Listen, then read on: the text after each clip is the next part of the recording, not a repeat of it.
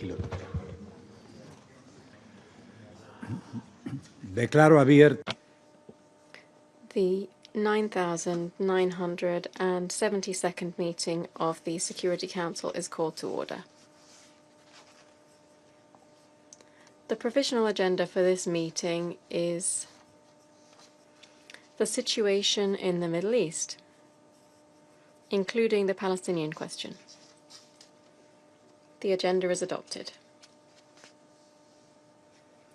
In accordance with Rule 37 of the Council's Provisional Rules of Procedure, I invite the representatives of Argentina and Israel to participate in this meeting.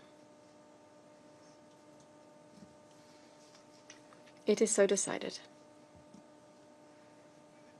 On behalf of the Council, I welcome His Excellency Mr. Gideon Saar, Minister for Foreign Affairs of the State of Israel. I propose that the Council invite the representative of the Observer State of Palestine to the United Nations to participate in the meeting in accordance with the Provisional Rules of Procedure and the previous practice in this regard. There being no objection, it is so decided. In accordance with Rule 39 of the Council's Provisional Rules of Procedure, I invite the following briefers to participate in this meeting. Mr. Miroslav Yena, Assistant Secretary General for Europe, Central Asia and Americas, Departments of Political and Peace-Building Affairs and Peace Operations, and Mr. Eli Davidid. It is so decided. The Security Council will now begin its consideration of item 2 of the agenda. I now give the floor to Mr. Miroslav Yena. Mr. President, Excellencies, the situation in the occupied Palestinian territory and Israel continues to deteriorate, with Palestinian and Israeli civilians, including the remaining hostages in Gaza, continuing to suffer immensely as a result. In the past week, Hamas and Palestinian Islamic Jihad released images and videos of two hostages, Evitar David and Rom Braslavsky, looking visibly emaciated as they described the appalling conditions of their captivity. The scenes of Evitar apparently being forced to dig his own grave are appalling. These images and their own accounts of their treatment have horrified us all. They are an affront to humanity itself. I would like to acknowledge the presence of Eli Davidid, the brother of Evitar David, who we will hear from shortly. Mr. David, please know that we at the United Nations recognize the profound pain and hardship endured by the families and loved ones of those who remain in captivity. Nearly 2 years have passed, with the immeasurable suffering and fear intensifying with every passing day. I am especially mindful that this week the Jewish community commemorated Tisha B'Av, a day of mourning and remembrance of historical tragedies endured by the Jewish people, a time that echoes with the pain of loss across generations. I pay tribute to your courage and determination, and I share your dearest wish for your brother and all hostages held in Gaza to be immediately and unconditionally released. Mr. President, Hamas and other Palestinian armed groups continue to hold 50 hostages, 28 of whom are thought to be deceased, in captivity in horrific conditions. Released hostages have relayed distressing accounts of deprivation, ill treatment, and abuse. Since 7 October 2023, Hamas and other armed groups have circulated dozens of videos of hostages, including statements made by hostages under duress and clearly suffering, including the most recent footage of Evitar David and Rom Braslavsky. International law is clear. Hostage-taking is prohibited. It is a war crime. Those deprived of liberty must be treated humanly and with dignity and allowed to receive visits from the International Committee of the Red Cross. They must never be subject to ill treatment, abuse, or humiliation, as this would also constitute violations of relevant rules of international law. I reiterate the Secretary General's call on Hamas and other Palestinian armed groups for the immediate and unconditional release of all hostages. They must be freed now. Mr. President, the situation in Gaza is horrifying. It is unbearable. Palestinians are subjected to squalid, inhuman conditions on a daily basis. Since the beginning of the conflict, over 60,000 Palestinians have been killed, according to the Gaza Ministry of Health. Since the end of May, over 1,200 Palestinians have been killed and over 8,100 injured while trying to access food supplies, including in the vicinity of militarized aid distribution sites. The deaths and injuries continue to mount day by day, with no end in sight to the suffering. Israel continues to severely restrict humanitarian assistance entering Gaza, and the aid that is permitted to enter is grossly inadequate. Hunger is everywhere in Gaza, visible in the faces of children and in the desperation of parents risking their lives to access the most basic supplies. I would like to echo the Secretary General's condemnation of the ongoing violence in Gaza, including the shooting, killing, and injuring of people attempting to get food for their families. International law is clear. Civilians must be respected, protected, and never targeted, or deliberately deprived of food or access to other life-saving aid. Doing so is a war crime. Israel must immediately allow and facilitate a rapid and unimpeded passage of sufficient amounts of humanitarian relief for civilians in need to avert further suffering and loss of life. Mr. President, the latest reports regarding Prime Minister Netanyahu's possible decision to expand Israel's military operations through the entire Gaza Strip, if true, are deeply alarming. This would risk catastrophic consequences for millions of Palestinians and could further endanger the lives of the remaining hostages in Gaza. International law is clear in this regard. Gaza is and must remain an integral part of a future Palestinian state. As declared by the International Court of Justice in its advisory opinion of 19 July 2024, the State of Israel is under an obligation to cease immediately all new settlement activities and to evacuate all settlers from the occupied Palestinian territory and to bring to an end its unlawful presence in the occupied Palestinian territory, Gaza and the West Bank, including East Jerusalem, as rapidly as possible.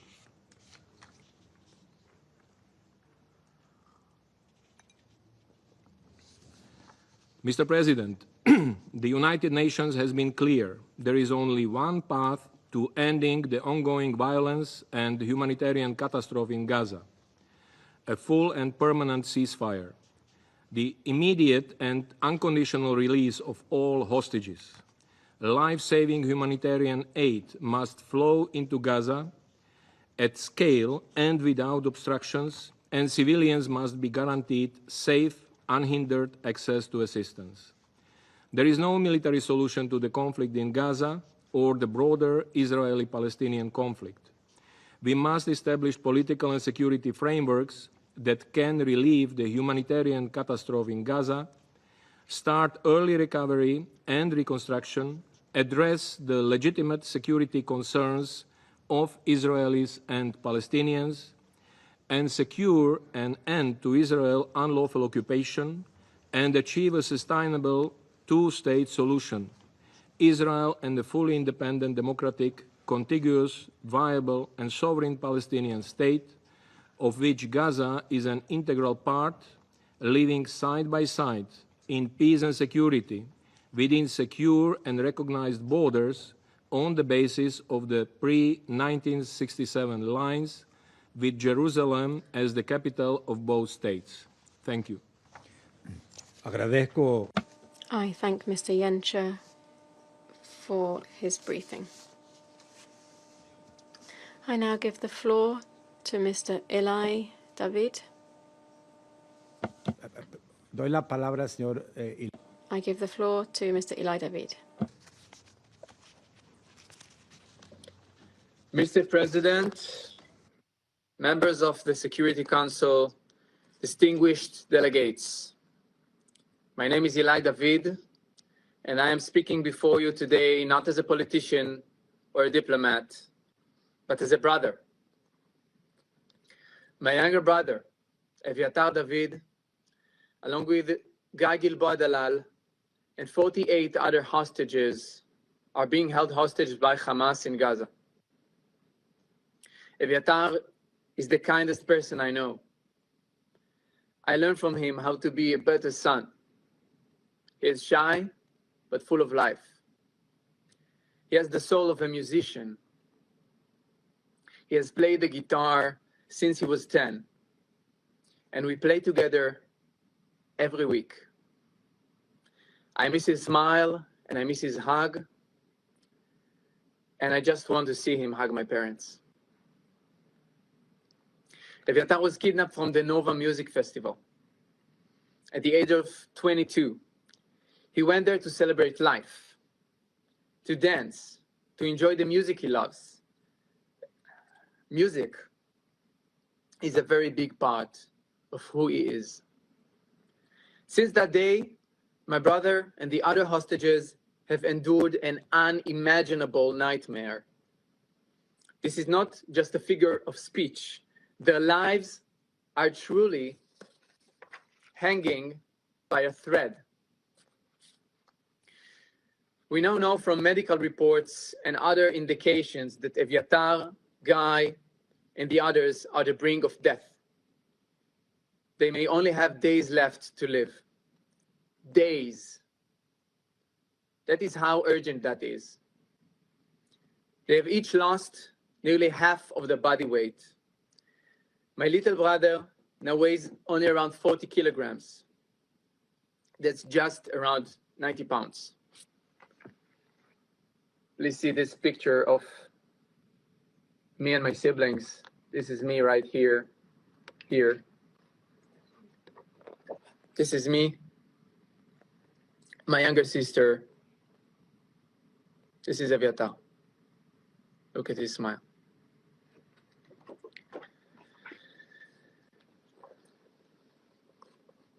The world has heard about the atrocities of Hamas, of October 7th, and in the 22 months since.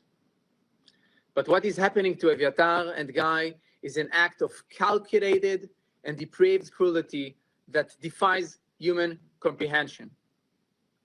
We have heard the testimonies from those who were released from Hamas tunnels. And every account makes our fears worse. When your brother, your son, your father, your partner is being held in Gaza, there is never good news.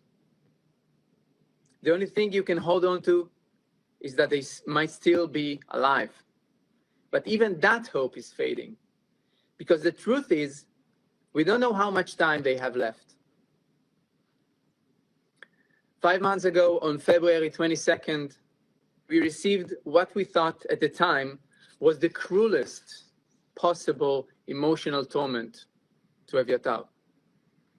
In February, after 500 days in captivity, Hamas broadcasted Eviatar and Guy. They were brought out of the tunnels. Hamas forced them to watch their fellow captives being released. Then, Eviatar and Guy were sent back into the dark tunnels.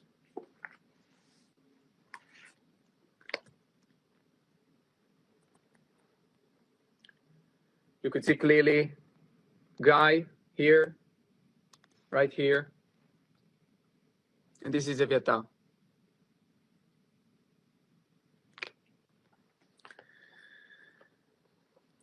We thought at the time that this was the pinnacle of evil.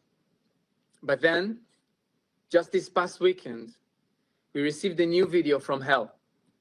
We were reminded just how much more cruel and inhumane Hamas and its sick partners are. My brother was a living skeleton. He had barely the strength to move or speak. His voice barely recognizable. In that video, my little brother was forced to speak to the world and then actively began to dig his own grave inside a filthy, dark tunnel in Gaza. My mother and I could not even bring ourselves to watch it. We knew that if we did, we would be unable to function. My father and sister, however, felt they had to see him, to hear his voice, to feel him somehow. Now those images haunt them. My father cannot sleep, and my mother has not stopped crying ever since. What would you do if, God forbid, it was your son, brother, partner, father? We are here because we and the other hostage families cannot wait any longer. We need to reunite with them, to hug them, and to feel them close. There are still fathers whose children are waiting for their return. We are all waiting for everyone's return. For us, the mission is very clear and urgent. We must save Eviatar's life and the life of his friend Guy. We must ensure that all hostages are being released immediately and unconditionally. We don't have more time. They don't have more time. And every minute counts. The last video also exposed another horrifying truth.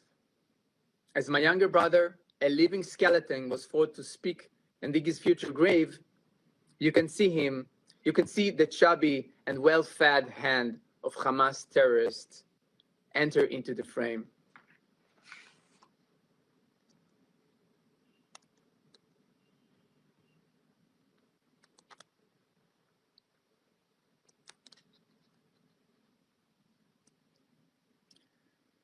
This is the hand of his captor, and this is my brother. You can see the hand is even thicker than his leg, than my brother's leg.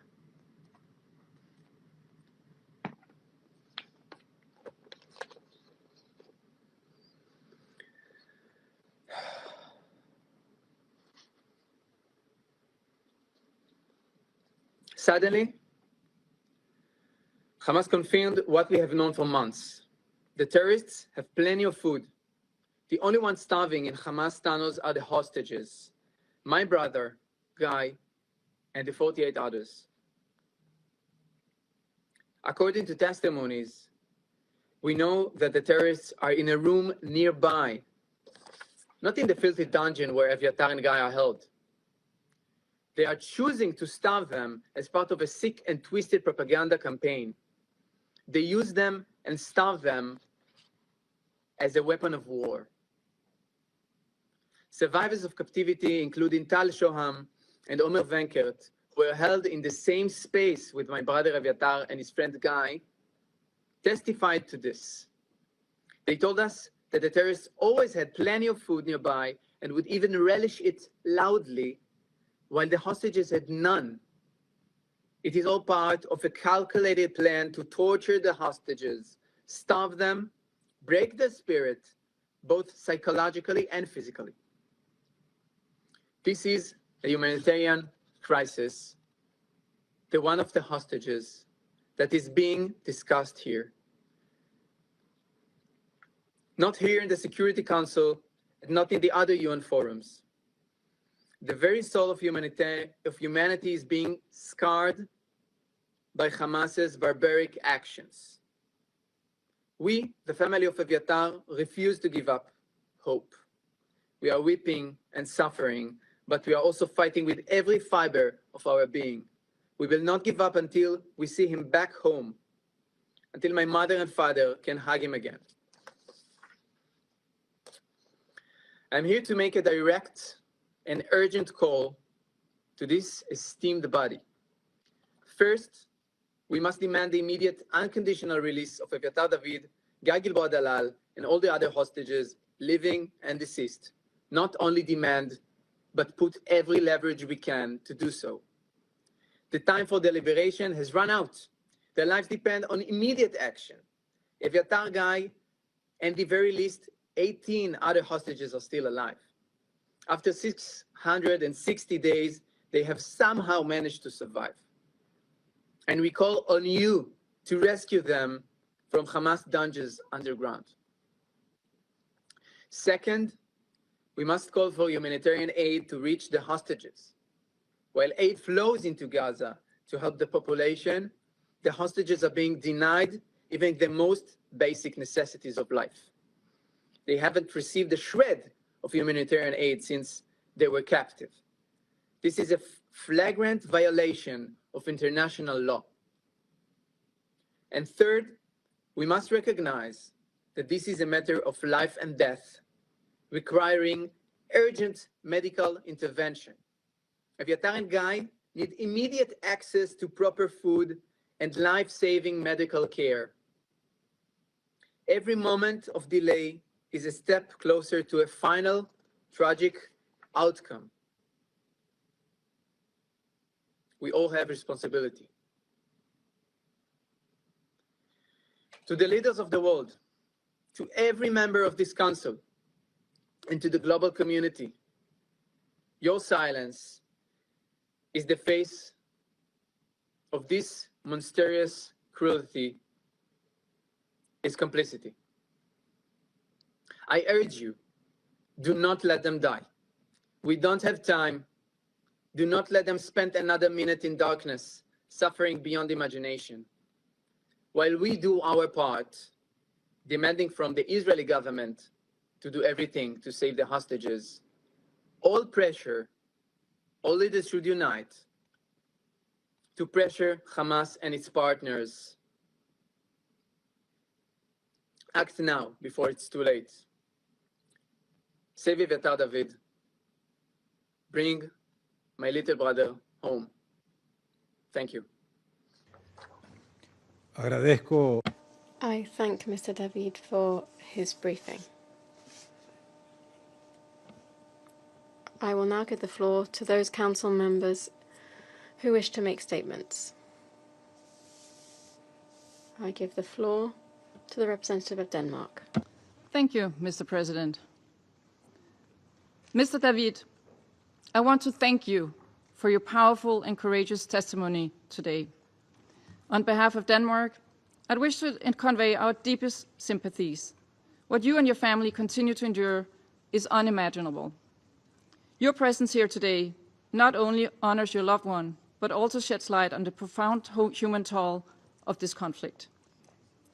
I would also like to extend my appreciation to Assistant Secretary Jenska for your briefing, and I welcome His Excellency Foreign Minister Saar, as well as the permanent representative of the Observer State of Palestine, to this meeting. Denmark expresses its sincere solidarity with the remaining 50 hostages who've been held captivity for 669 days. 669 days of waking nightmare, as you said it, Mr. David, deprived of their freedom and dignity, and used as human bargaining chips by Hamas.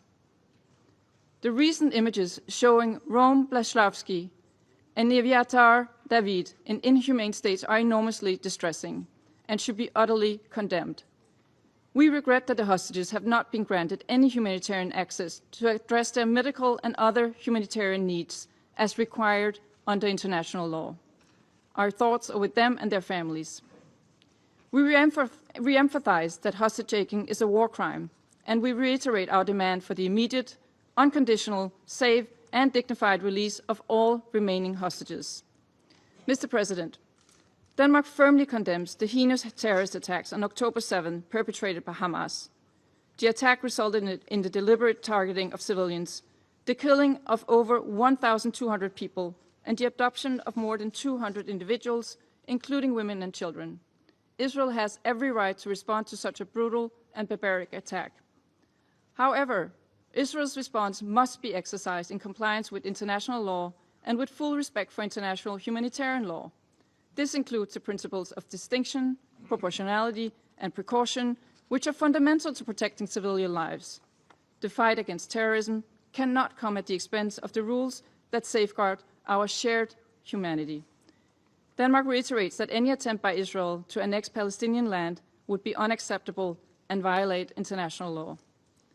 What we are witnessing in Gaza is a catastrophic humanitarian situation that is unparalleled in its deprivation of basic human needs and attacks on civilians, civilian infrastructure, and humanitarian personnel. As we've heard from Assistant Secretary General Yena, more than 60,000 Palestinians have been killed and over 140,000 have been injured. IPC's recent report on food security warns us that the worst-case scenario is unfolding as we speak. Access to food and other essential items and services have plummeted to unprecedented levels, and Gaza is on the brink of a full-scale famine. Civilians are starving, not due to a lack of food, but due to decisions taken by Israel.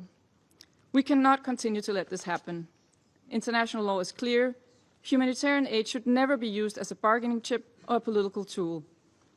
Israel must immediately lift all restrictions to allow for the provision of safe, sustained, and unhindered humanitarian access in line with its obligation under international humanitarian law. Mr. President, the suffering has to end. We call for an immediate end to the war in Gaza through an immediate and permanent ceasefire, unrestricted access for humanitarian aid, and the unconditional and immediate release of all hostages. A permanent ceasefire will lay the foundations to help unravel this nightmare unfolding before our eyes, for recovery, for the civilians trapped in this conflict, for the two-state solution to once again take center stage, and for the prospects of peace. These were also the messages that we heard during the high-level conference on the implementation of the two-state solution last week, where Denmark joined the vast majority of member states in voicing our steadfast support to a two-state solution. There is no better path to ending this conflict than two states, side by side, providing just and lasting peace for all, Israelis and Palestinians alike. For that to happen, the violence in Gaza must stop now. I thank you. I thank the representative of Denmark for the statement. I now give the floor to the representative of China. President, I thank ASG Yena for his briefing. I welcome the participation of Foreign Minister of Israel, and the suffering continues. We call for an immediate and lasting ceasefire. Israel's military operations have resulted in the deaths of over 60,000 civilians in Gaza, with innocent lives still being lost every day. The harsh reality has shown that military means are not the solution. An immediate ceasefire is the right path to saving lives and bringing hostages home. Recent media reports indicate that Israel has decided to escalate its military offensive and fully occupy Gaza. We express our grave concern over this development. We urge Israel to immediately halt such dangerous actions. We also urge all parties to promptly reach a binding and sustainable ceasefire agreement, and urge countries with significant influence over the parties concerned to act in a just and responsible manner and take concrete steps to help bring about a ceasefire. We call for alleviating the humanitarian catastrophe. The 2 million innocent civilians in Gaza should not be victims of war. nor should they endure further suffering from man-made disasters. Under the current extreme blockade and siege, the humanitarian catastrophe in Gaza continues to worsen, with severe famine looming large. Restricting humanitarian access will only further exacerbate the collective punishment of people in Gaza and make it harder for surviving hostages to access life-saving supplies. Israel must comply with international law, especially the IHL, fully restore humanitarian access, and support humanitarian agencies such as the United Nations in delivering aid. We call for revitalizing the two-state solution. The decades-long cycle of conflict between Palestine and Israel has cast a shadow of generations on both sides. Fully implementing the two-state solution and achieving an independent Palestinian state is the only viable path to resolving the Palestinian question and preventing recurrence of similar hostage crises. Last week's high-level international conference sent a strong signal in support of implementing the two-state solution. The international community should jointly oppose unilateral actions that undermine the foundation of the two-state solution and intensify efforts to advance the political process towards its realization. President, China will continue to work with the international community to end the fighting in Gaza, alleviate humanitarian suffering, implement the two-state solution, and ultimately achieve a comprehensive, just, and lasting solution to the Palestinian question so that people on both sides can enjoy peace and happiness. Thank you, President. Agradezco a I thank the representative of China for the statement. I now give the floor to the representative of France. Mr. President, I thank the Assistant Secretary General, Mr. Yena, for his briefing, as well as Mr. Eli Davidid for his moving testimony. I wish, on behalf of France, to assure him of our solidarity and our support. I wish to welcome here the Minister of Foreign Affairs of the State of Israel, Mr. Gideon Saar. I also wish to welcome the presence of the Observer of Palestine. Abject cruelty. Boundless inhumanity. That is what Hamas embodies. The unbearable images that we've seen in recent days showing Israeli hostages held in Gaza, together with your testimony, Mr. Davidid, remind us of horrifying images. France denounces these vile methods and condemns the cruel treatment inflicted on hostages by Hamas and by Islamic Jihad. We think with emotion of your brother, Eli Davidid, of Rom Breslavsky, and of all of the hostages still being held, as well as their families and loved ones who have been plunged into this nightmare for over 660 days now. Their ordeal must come to an end. We also think of all of the hostages who've perished in appalling conditions, including French nationals. France remains in solidarity with the families of all hostages and with the Israeli people in the face of the barbaric acts committed by Hamas since the 7th of October 2023. Mr. President, the immediate release of all hostages is an absolute priority for France. We continue to work tirelessly to secure their unconditional release and the return of the remains of the hostages who died in Gaza. We will continue to act to restore the ceasefire without delay and to enable the large-scale delivery of humanitarian aid, which remains blocked at Gaza's gates. France reiterates the urgent need for Israel to open all crossing points and to allow immediate, large-scale and unimpeded access for humanitarian assistance. Alarmed by the scale of the humanitarian catastrophe, France, alongside several other countries, has carried out an airdrop of non-perishable food supplies over Gaza. This is an emergency measure to save lives, but it cannot replace the need for massive land-based humanitarian access. These efforts must be accompanied by a political resolution based on the two-state solution, the only realistic path to lasting peace. This solution requires the recognition of a sovereign Palestinian state with renewed governance. It also requires the total demilitarization of Hamas and its complete exclusion from any form of governance in the Gaza Strip. Finally, it requires Israel's regional integration. France welcomes the historic gesture made last week in New York by Arab countries during the International Conference on the Implementation of the Two-State Solution, co-chaired with Saudi Arabia, when for the first time they condemned Hamas's crimes and expressed their aspiration to establish relations with the State of Israel. This is how we will break the cycle of violence and reopen the path to peace in the Middle East. It is the only possible path to a future where justice, security, and dignity can be guaranteed for all peoples of the region. Thank you. Agradezco al I thank the representative of France for the statement. I now give the floor to the representative of the Republic of Korea. Thank you, Mr. President. I thank ASG Yena for his briefing, and I also appreciate Mr. David for sharing his voice with the Council. Also extend my heartfelt sympathy with you and your family.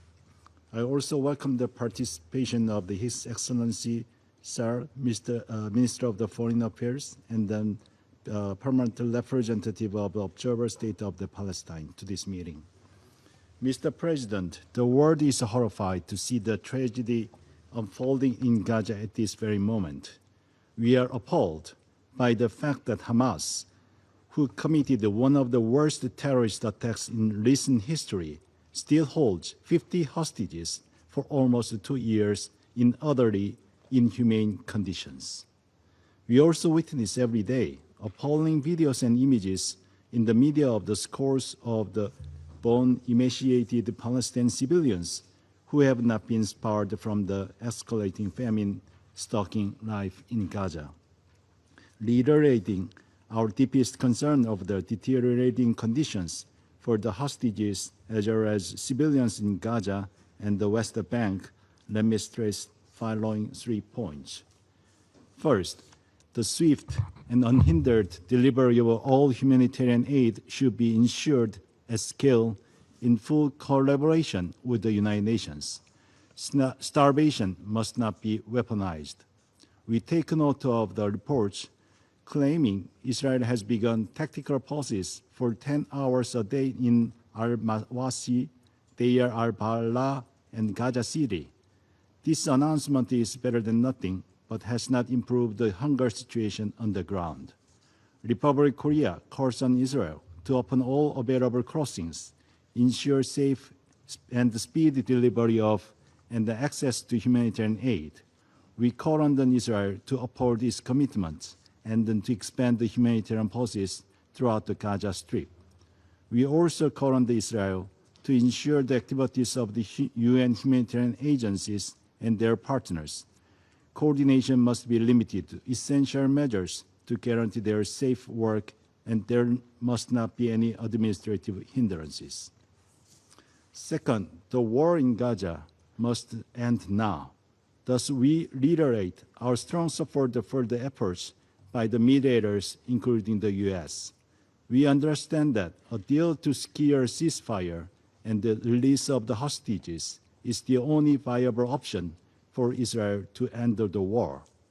While reiterating our condemnation of a heinous act of Hamas, the brutality of Hamas does not legitimize the extended and disproportionate suffering of the Palestinian civilians in Gaza.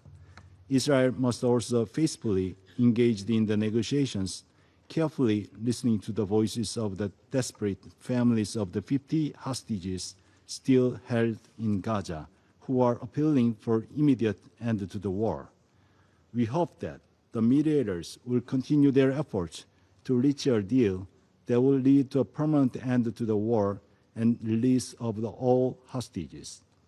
Third, all parties must prioritize peaceful coexistence and mutual recognition in line with the Resolution 2334. This resolution was a cornerstone agreement by the Council based on the urgent need to shift negative trends on the ground. All elements in the resolution must be fully respected. Republic of Korea fully supports the two-state solution as the only viable path forward.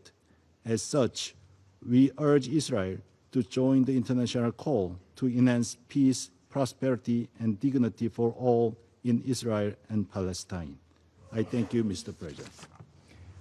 Agradezco. I thank the representative of the Republic of Korea for the statement. I now give the floor to the representative of Algeria. Mr. President, I thank you for convening this meeting. I also thank ASG Yenka for his briefing, and we listened attentively to Mr. Eli Davidid as he shared his personal account concerning the fate of his brother who remains in captivity in Gaza.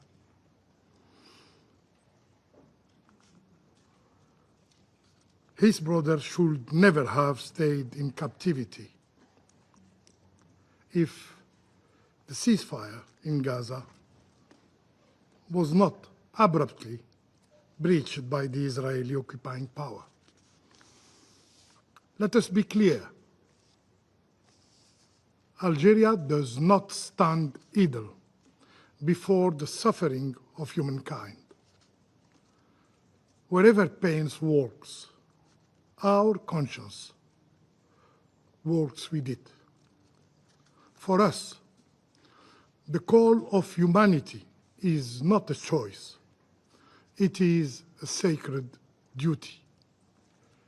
Every human being, regardless of gender, color, creed, or border, civilians and soldiers alike, as Mr. Eviatar David, deserve to be treated humanly and to live with dignity.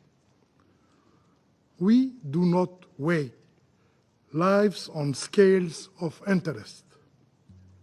There are no double standards in our moral compass. What we ask for the Palestinian people, we ask for all people.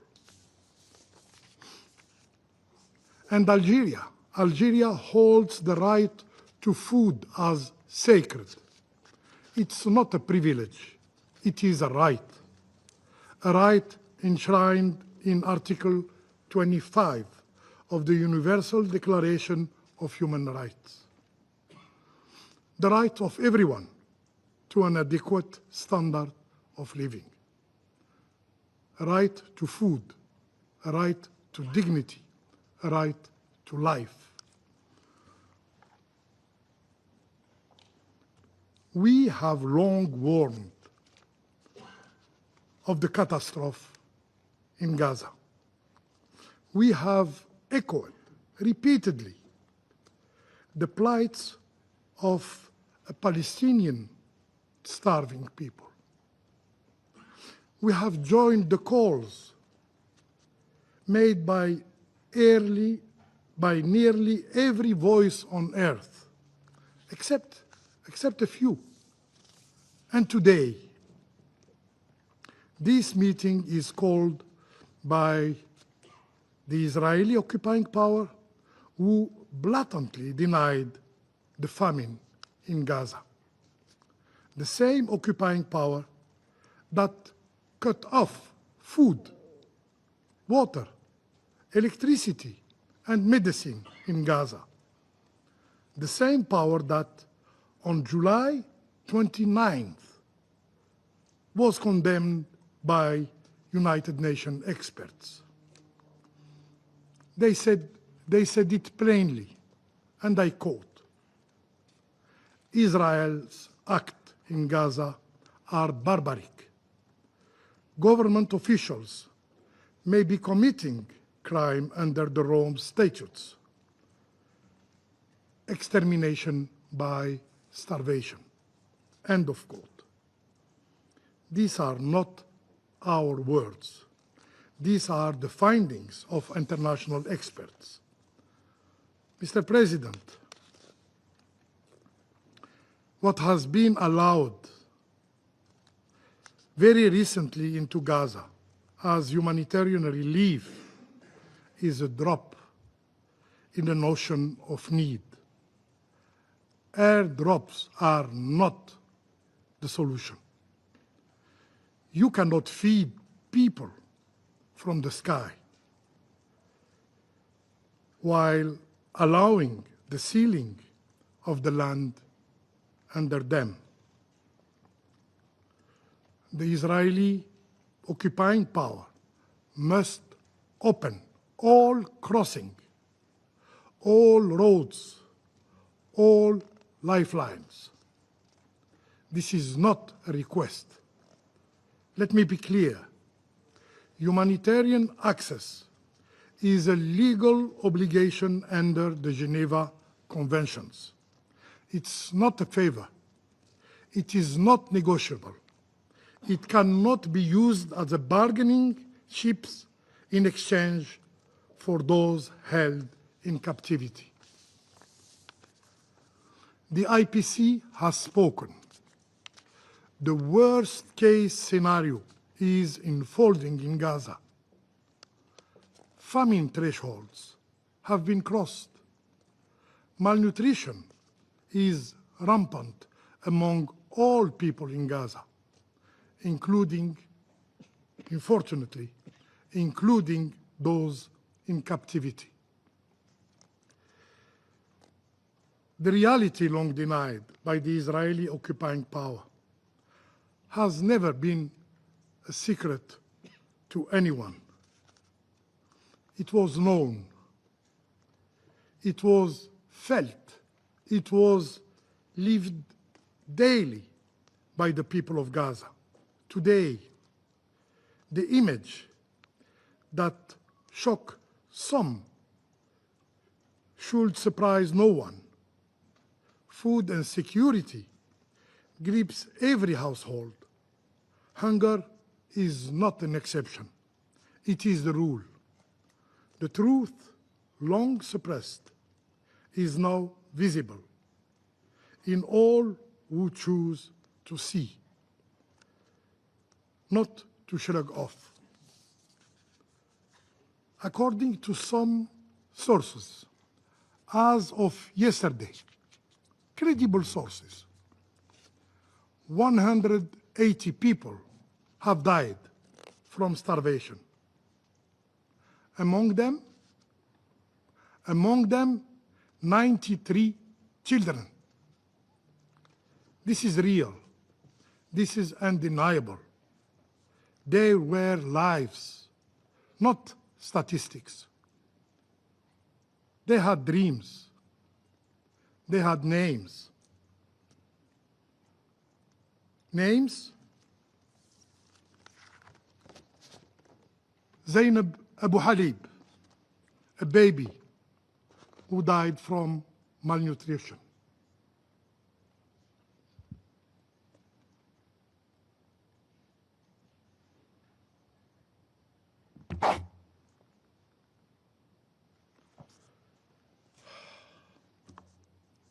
Misk al-Medhoum, a child suffering from malnutrition.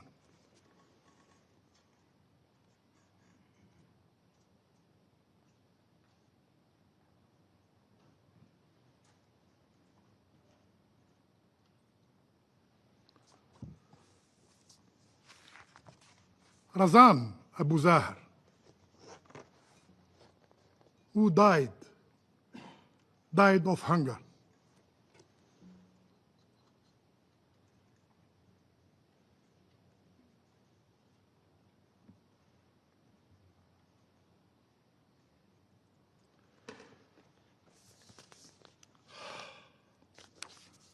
Mr. President,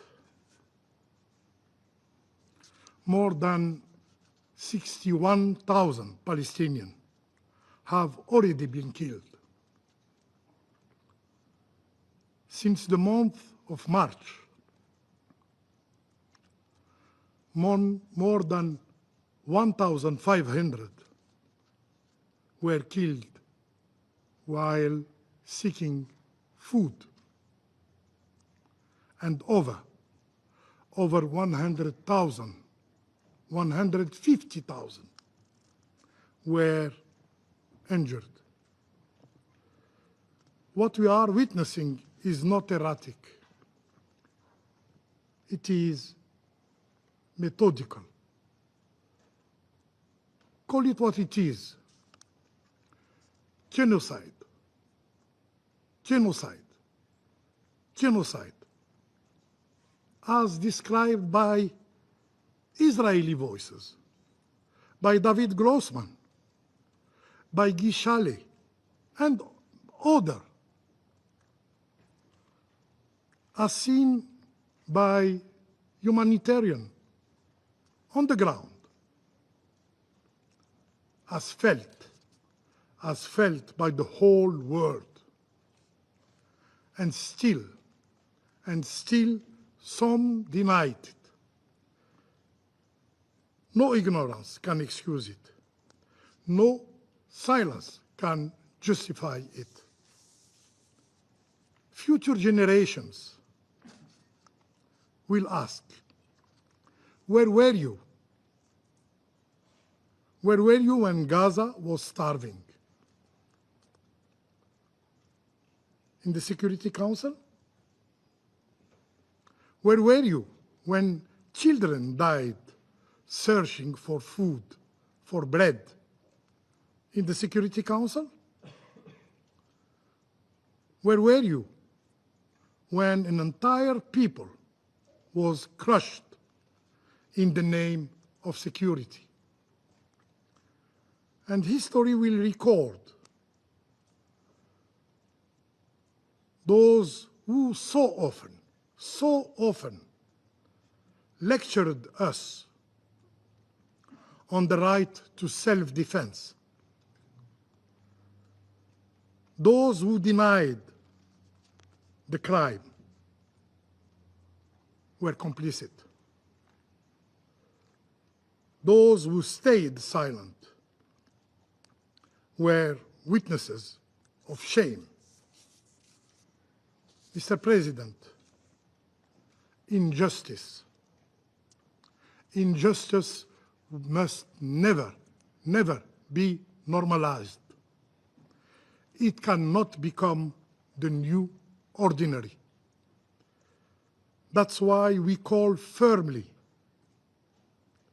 and repeatedly for a ceasefire, to save lives, to save hopes, to save dreams not yet dreamed. It's why we call for an immediate, unconditional, and permanent ceasefire. I thank you. I thank the representative of Algeria for the statement. I now give the floor to the representative of the United Kingdom. Thank you, President. I'd like to start by thanking ASG Yena for your briefing. I also want to express my gratitude to Eli Davidid for his powerful advocacy in support of his brother and for the hostages in Gaza. I want to reassure Mr. Davidid through the Israeli delegation that the UK stands with your family and the families of all those who have suffered due to Hamas' inhuman and cruel actions, including British citizen Ditsa Orr, whose son Avinatan remains in captivity. This Council has called for the immediate and unconditional release of all hostages in all 4 of its resolutions since October 7th, and I repeat that call today. As my Foreign Secretary has said, the images of Eviatar and other emaciated hostages paraded in front of cameras for propaganda are depraved. Hamas and its terrorist ideology can have no place in the future governance of Gaza and should never again threaten Israel's security. President, the ceasefire at the beginning of this year was a rare moment of hope, which allowed hostages to be released and the UN to surge aid into Gaza. Since the ceasefire ended, the suffering of the hostages and Palestinian civilians has plumbed new and shocking depths. Israel's aid restrictions have led to famine now unfolding in Gaza, as reported by the IPC. Last week, I spoke with doctors who had served in Gaza. They had seen children so malnourished that their wounds festered for months without healing. They had seen baby formula confiscated by the IDF at the border, depriving newborns of the basic essentials for life. I call on Israel now to act to alleviate this horrendous suffering. We need to see restrictions on aid delivery lifted in line with the principles of humanity, impartiality, neutrality and independence. And the UN must be able to operate safely and at scale. We also call for all land routes to be opened for essential supplies, including food, baby formula, medicine, fuel, and clean water. We call for Israel to ensure the protection of civilians, medics, and aid workers. And we are appalled that another Palestinian Red Crescent worker was killed this week by an Israeli strike on its headquarters. Israel must investigate this and other similar incidents. President, as I said, the ceasefire earlier this year showed what can be achieved when there is political will. And last week's two-state solution conference showed what can be achieved when the international community comes together. We urge the parties to reinvigorate their efforts to secure a ceasefire deal and an end to the conflict. As my Prime Minister set out last week, the UK is ready to play its full and historic part in achieving a plan which ends the bloodshed, brings the hostages home, and lays the foundation for a Palestinian state. Statehood is the inalienable right of the Palestinian people and is essential to the long-term security of Israel. I thank you. I thank the representative of the United Kingdom for the statement, and I now give the floor to the representative of Sierra Leone. Thank you, Mr. President. I thank Assistant Secretary General Mr. Bianca for his important briefing. And I also commend Mr. Eli Davidid for his courage in sharing his testimony today and for his relentless advocacy on behalf of the hostages since the abduction of his brother. To Mr. Davidid, the families of all hostages, and all victims of this conflict in Gaza, we extend our deepest sympathies and solidarity. We welcome the participation of His Excellency, Mr. Gideon Saar, Minister for Foreign Affairs of the State of Israel, the participation of the permanent observer of the Observer State of Palestine, as well as the representative of Argentina. We also acknowledge a letter from the permanent representative of Israel dated 2nd August 2025, drawing the attention of the Council to the plight of Israeli hostages in Gaza. This Council bears a solemn duty to address all dimensions of this conflict in line with the Charter of the United Nations and international law. The conflict in the Gaza Strip continues to inflict immense suffering on civilians in both Israel and Gaza. Since the 7th October 2023 attack, hostages and civilians alike have endured grave humanitarian consequences. The abduction by Hamas and other armed groups of 250 hostages, men, women, and children as young as 9 months, as well as old as 85, constitute a flagrant violation of international law, including international humanitarian law. Sweden condemns these and all acts of violence against civilians, regardless of identity or location. Article 34 of the 4th Geneva Convention explicitly prohibits hostage-taking, a prohibition that has crystallized as part of customary international law.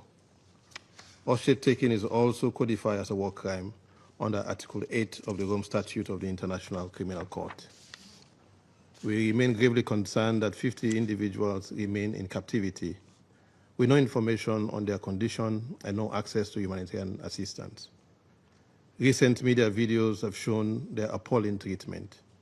We strongly condemn all inhumane treatment of hostages and reiterate our unequivocal demand for their immediate and unconditional release, as mandated by Security Council resolutions 2712, 2720, 2728, and 2735. Resolution 2735 also endorsed terms for the release of Palestinian detainees. We call for the release of thousands of Palestinians detained in Israel without trial or adequate care, in violations of international law and their inherent right and dignity. The international community of the Red Cross must be granted immediate access to all detainees to provide medical and humanitarian assistance. Allegations of mistreatment must be investigated and accountability ensured for all grave violations committed in this conflict, including those arising from the ongoing occupation of Palestinian territories. Mr. President, one atrocity cannot justify another. While we express deep concern for the hostages, we cannot ignore the wider humanitarian catastrophe that has engulfed Gaza. International law prohibits the collective punishment of civilians. Article 33 of the 4th Geneva Convention forbids punishment of a population for acts they did not commit. Yet, the people of Gaza have been subjected to a blockade and siege that deprive them of food, water, fuel, and medical supplies. The deliberate use of starvation as a method of warfare is absolutely prohibited under Article 54 of the Additional Protocol 1 to the Geneva Conventions and is classified as a war crime by the Rome Statute.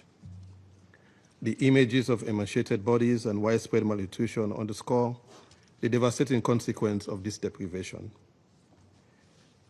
The International Court of Justice, in its provisional measures orders of 26 January and 28 March 2024, determined that the Palestinian population in Gaza faces a real and imminent risk of irreparable harm. Acting under the Genocide Convention, the court ordered the State of Israel to take all measures within its power to prevent acts of genocide, including ensuring the provision of humanitarian assistance. These binding provisional measures must be fully implemented, and this Council shares responsibility to ensure compliance. The man-made humanitarian catastrophe in Gaza, resulting from policies of the government of Israel, is unprecedented in scale and severity. The suffering of Israeli hostages is acute and must be addressed urgently. Likewise, this is occurring alongside the suffering of an entire civilian population subjected to famine and relentless bombardment. We urge the State of Israel to lift the blockade and facilitate unimpeded humanitarian access. Likewise, we urge Hamas and other armed groups to cease attacks on civilians and release all hostages. Accountability for violations of international law is a shared obligation. States must ensure that their actions do not facilitate breaches of law. United Nations Special Rapporteurs have warned about the responsibility of states on weapons supplies in the context of the conflict. Mr. President, in recalling the words of former President Dwight D. Eisenhower in his 1953 Chance for Peace address, He said the true burden of states with powers lies not in militarization, but in building peace and prosperity. This truth remains urgent today as we confront this devastating conflict. Leone underscores that resolving the conflict and the Palestinian question requires a political pathway. The Arab Peace Initiative, recently reinforced through the draft New York Declaration, as co-chaired by France and Saudi Arabia, offers an important framework. It proposes the disarmament of Hamas, the reunification of Gaza and the West Bank under the Palestinian Authority, and transitional arrangement with international support. The plan also calls for an immediate ceasefire, humanitarian access, and renewed negotiations towards realizing the two-state solution. These proposals deserve serious consideration by all parties and support from this Council. The intended recognition of the State of Palestine by several states, albeit conditional, is a step in the right direction. This conflict cannot be resolved through military means. Its root cause lies in the prolonged occupation of Palestinian territory. The International Court of Justice, in its advisory opinions, including the 2024 Advisory Opinion on Israeli Practices, and the Security Council Resolutions 242 and 2334, have consistently affirmed the illegality of settlement activity and the inadmissibility of acquiring territory by force. Yet these legal obligations remain unimplemented, perpetuating cycles of violence and impunity. For the sake of the victims on both sides, the time has come to translate declarations and resolutions into concrete action. This Council must work collectively to end the occupation and enable the establishment of a sovereign, viable, and contiguous state of Palestine alongside the state of Israel, with secure and recognized borders. This remains the only path to a just and lasting peace. Leone welcomes all diplomatic efforts that advance this goal. In closing, Mr. President, we must reiterate that the suffering of one side cannot justify the suffering of the other. As Article 1 of the Universal Declaration of Human Rights states, and I quote, "All human beings are born free and equal in dignity and right. They are endowed with reason and conscience and should act towards one another in a spirit of brotherhood," and you can add sisterhood. Both Israelis and Palestinians deserve to live in dignity, security, and freedom. The veil of impunity must be lifted. It is now time for decisive action to end this conflict and bring about a just and lasting peace. I thank you. I thank the representative of Sierra Leone for the statement. I now give the floor to the representative of Pakistan.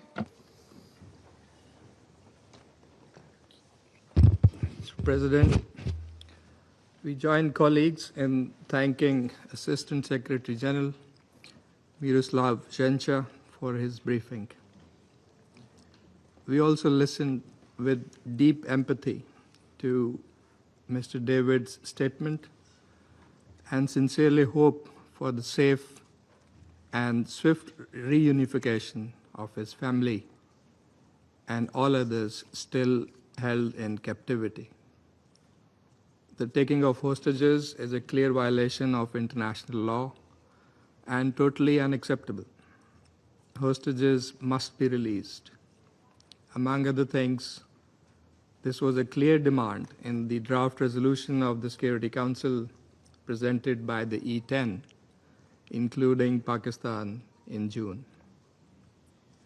At the same time, let us be clear on the gravity of the overall situation on the ground. And it is not just we here in the Security Council or the wider membership in the General Assembly who are watching and who are worried. The entire world is watching in disbelief. Civilians have suffered the brunt of Israel's war on Gaza. Nothing can justify the indiscriminate killings, the starvation of an entire population, the collective punishment of a besieged people.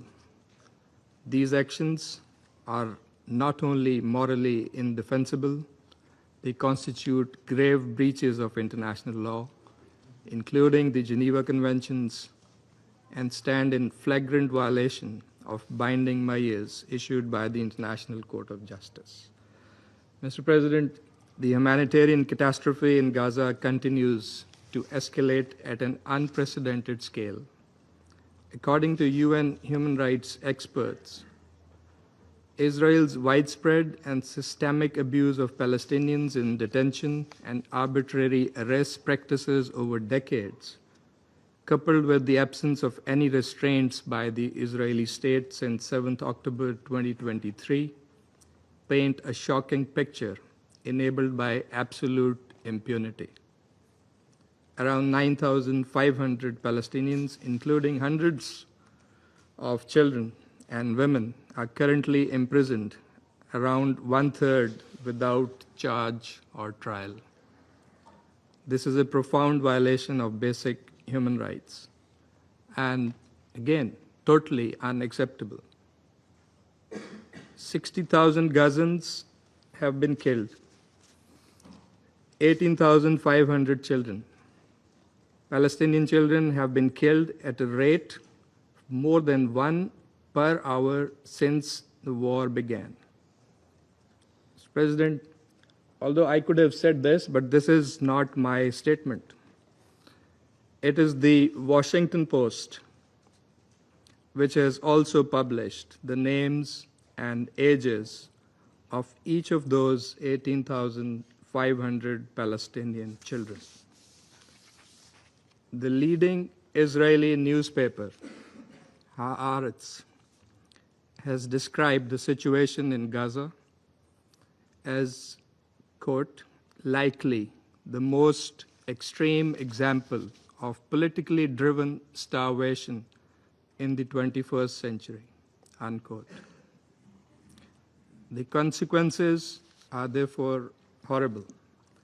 At least 175 Palestinians, including 93 children, have died of starvation. The Director General of the FAO has warned Gaza is now on the brink of a full-scale famine. People are not starving because food is unavailable. They are starving because access is denied. The Integrated Food Security Phase Classification, IPC, has warned that the worst-case scenario of famine is now unfolding in the Gaza Strip. UNICEF has called it a perfect storm of suffering for children, while the UN Secretary General has warned of a humanitarian catastrophe of epic proportions. The World Food Programme put it starkly, quote, "This is a disaster unfolding in front of our eyes, in front of our television screens."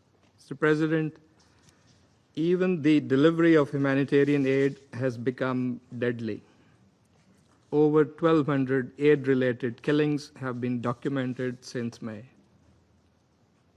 Palestinians are routinely forced to choose between two deadly options: risking death by starvation or risking death by gunfire to reach food aid site.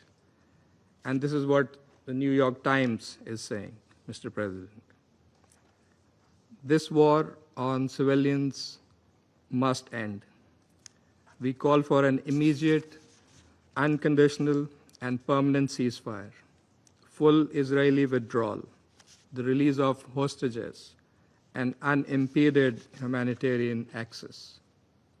The initial phase of the ceasefire agreement, brokered by Egypt, Qatar, and the United States, led to the release of 33 hostages. But for Israel's unilateral abandonment of the ceasefire, further releases could not take place. Thus, the suffering continues, and it continues on both sides. We further call for the full implementation of Security Council Resolution 2735, which presents a viable, actionable roadmap to end hostilities and deliver desperately needed aid. Mr. President, in the interest of peace, for that is the core responsibility of this Council, we must keep in mind the historical perspective of the Arab-Israeli conflict. We must not lose sight of the root cause of this ongoing tragedy, and that is Israel's prolonged illegal occupation of the Palestinian territory. As long as this occupation endures, peace will remain elusive. Lasting peace demands a credible political horizon, one grounded in international law, leading to the realization of a sovereign, viable, and contiguous Palestinian state based on the pre-1967 borders, with Al-Quds al-Sharif as its capital. The recent high-level conference on the peaceful settlement of the Palestinian question and the implementation of the two-state solution was a timely initiative. It must be followed up by concrete and coordinated international action to finally achieve the long-coveted peace and stability in the Middle East. Mr. President, human rights are universal and indivisible. Human rights cannot be partitioned, and justice must never be selective. The imperative, legal, political, and moral, is crystal clear. We must act now to end Israel's brutal and illegal war and the unconscionable suffering of the people. Humanity and dignity of peoples, civilians on both sides, demand nothing less. I thank you. Agradezco. I thank the representative of Pakistan for the statement. And I now give the floor to the representative of the Russian Federation. Thank you, Mr. President. We are grateful to the Assistant Secretary General Miroslav Yena for his detailed briefing on the situation in Gaza and the situation with the hostages who remain in the enclave. We note the presence amongst us of the Minister of Foreign Affairs of Israel, Gideon Sa'ar. We listened very carefully to Eli Davidid, and we studied very carefully to the letter by the Israeli side, and we mourn for all the innocent victims of the Palestinian-Israeli conflict, regardless of their citizenship and nationality. As all of those present here, we also were shocked by the footage earlier this month showing two Israeli hostages, Ron Braslavsky and Aviator David.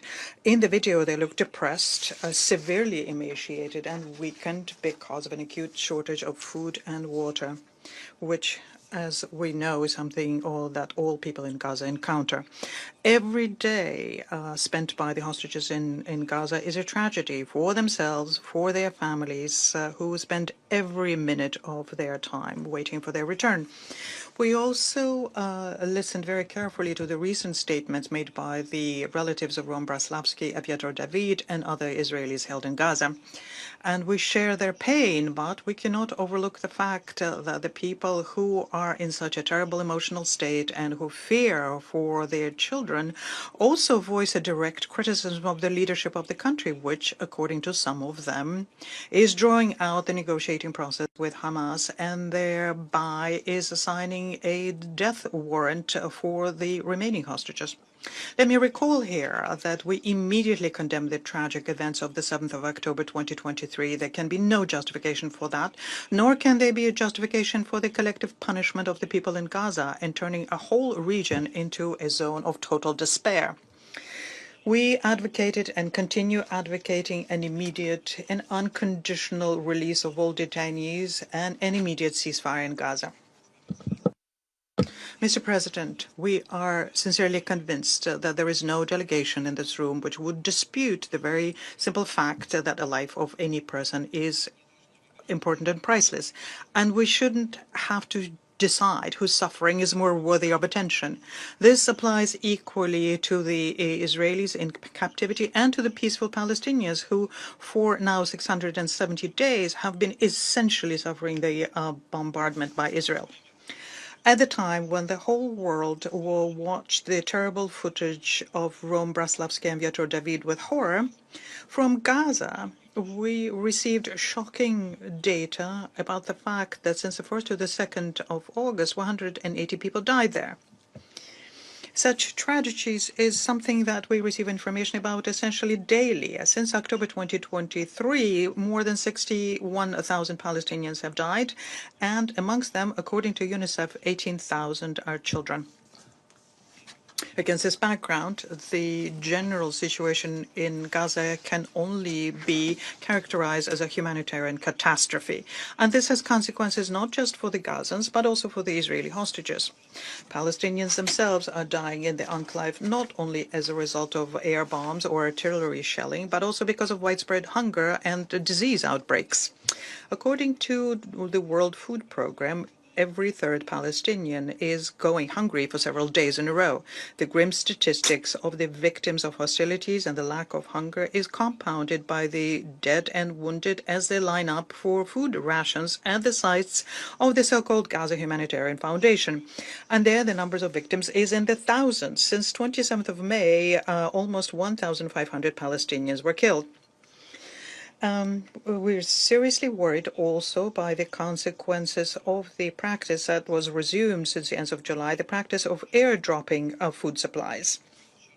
As recently as yesterday, the humanitarian bombs crushed to death two medical workers from the Al-Aqsa hospital in Deir el-Balah. The Commissioner General of UNRWA, Mr. Lazzarini, in his recent comments warned against using such dangerous and costly way of supplying assistance. It's 100 times more expensive than using the land routes. Meanwhile, on the perimeter of the strip, there are 6,000 trucks with sufficient food supplies which would provide enough food to provide for several months for civilians. Mr. President, we are shocked by the targeted attack by IDF on the headquarters of the Palestinian Red Crescent Society in Han Yunis, as a result of which one staff died and several people were injured. Unfortunately, this is not the first time when members of the Red Crescent Society in Gaza died. We recall how the Israeli military mercilessly shot the ambulance Red Crescent, and their bodies were found in a mass grave subsequently. We call on Israel to stop this lawlessness. Humanitarians and medical workers should not be targeted, nor should the headquarters of the Red Crescent be targeted. It's clearly marked with its logo and unambiguously is under the protection of international humanitarian law. Contrary to the statement by West Jerusalem, the humanitarian blockade that they initiated in March essentially remains to date. What was announced on the 27th of July, namely partial easements and limited deliveries within the framework of the so-called tactical pauses, according to the UN humanitarians, is just a drop in the ocean compared to the acute needs of the Gazans, including, as we all understand, the needs of the Israeli hostages. In this context, we fully support the calls by the leadership of UNRWA and other specialized UN agencies to immediately remove the impediments to supplying into Gaza all of the essential things, including food, water, fuel, and medicines. We're very concerned by the aggressive campaign deployed by West Jerusalem against the staff of UN OCHA and its head, Tom Fletcher, who provide a sober and uncomfortable for Israel sometimes assessments of humanitarian situation. We can see that humanitarians are trying to analyze it comprehensively and find some ways of easing the plight of Palestinian civilians. What is undeniable here is that in order to have an uninterrupted and unimpeded humanitarian supplies, the main thing that is needed is to create the necessary security conditions. Unfortunately, the regular calls for a ceasefire that we hear from the Secretary General and from the absolute majority of the international community remain without due reaction from Israeli leadership. West Jerusalem continues intending to continue with the war in Gaza using by any means and under any pretext, and tries to prevent the stoppage of a military operation in the sector. Mr. President, we are equally concerned also also by the fact that the Israeli authorities decided to cleanse and colonize the West Bank of the Jordan River. The victims of continuous raids by security services and violence of settlements, the victims of that are the regular Palestinians and foreigners sometimes. For example, on the 30th of July, there was an attack against the office vehicle of the Russian representation with the Palestinian Authority. And this was done under the lenient eye of the Israeli military. Furthermore, there are new negative records being made of the destruction and seizure of the property of the local citizens, building new settlements, legalizing outposts to make sure that the Palestinian towns are not connected to each other. Knesset continues passing new provocative passages. Following yesterday's decision to ban UNRWA at the end of July, there was another dangerous decision made about extending Israeli sovereignty of the West Bank. It is clear the systematic expulsion of the Palestinians, be it from Gaza or the West Bank, is something that's fraught with new risks and dangers for the stability and security of the Middle East and can yet once again bring the region to the brink of a major war. It is also clear that the complete freedom of action that the Israelis have, freedom to do anything in Gaza or in the West Bank, would have been impossible without a direct military support and international and political cover provided by the United States. At the same time, the absolute majority of states in the world are rejecting this line. And what is telling in this situation was the Israeli and American boycott of the conference on the 28th, 30th of July, the high-level conference in support of this two-state solution, and the futile attempts by Washington to dissuade their partners from participating in this representative forum. We do have certain optimism from the fact that despite the pressure from the Americans, the majority of the international community remained unintimidated and showed solidarity with the Palestinian people. And some Western capitals, although belatedly, nonetheless announced their plans to recognize the state of Palestine next month. Mr. President, despite this fact that the situation is very difficult, we remain convinced that the diplomatic settlement of the conflict was and remains the only viable solution here. And we call on the parties, with support of mediations, to return to the negotiating table so as to work out mutually acceptable solutions so as to restore the ceasefire regime, release those who are detained, and unblock the humanitarian access to the Gaza Strip. And we are confident that this is what the people of Palestine want, as well as the families of hostages, including the relatives of Israelis held in Gaza. And we hope that all regional and international stakeholders will work towards this goal.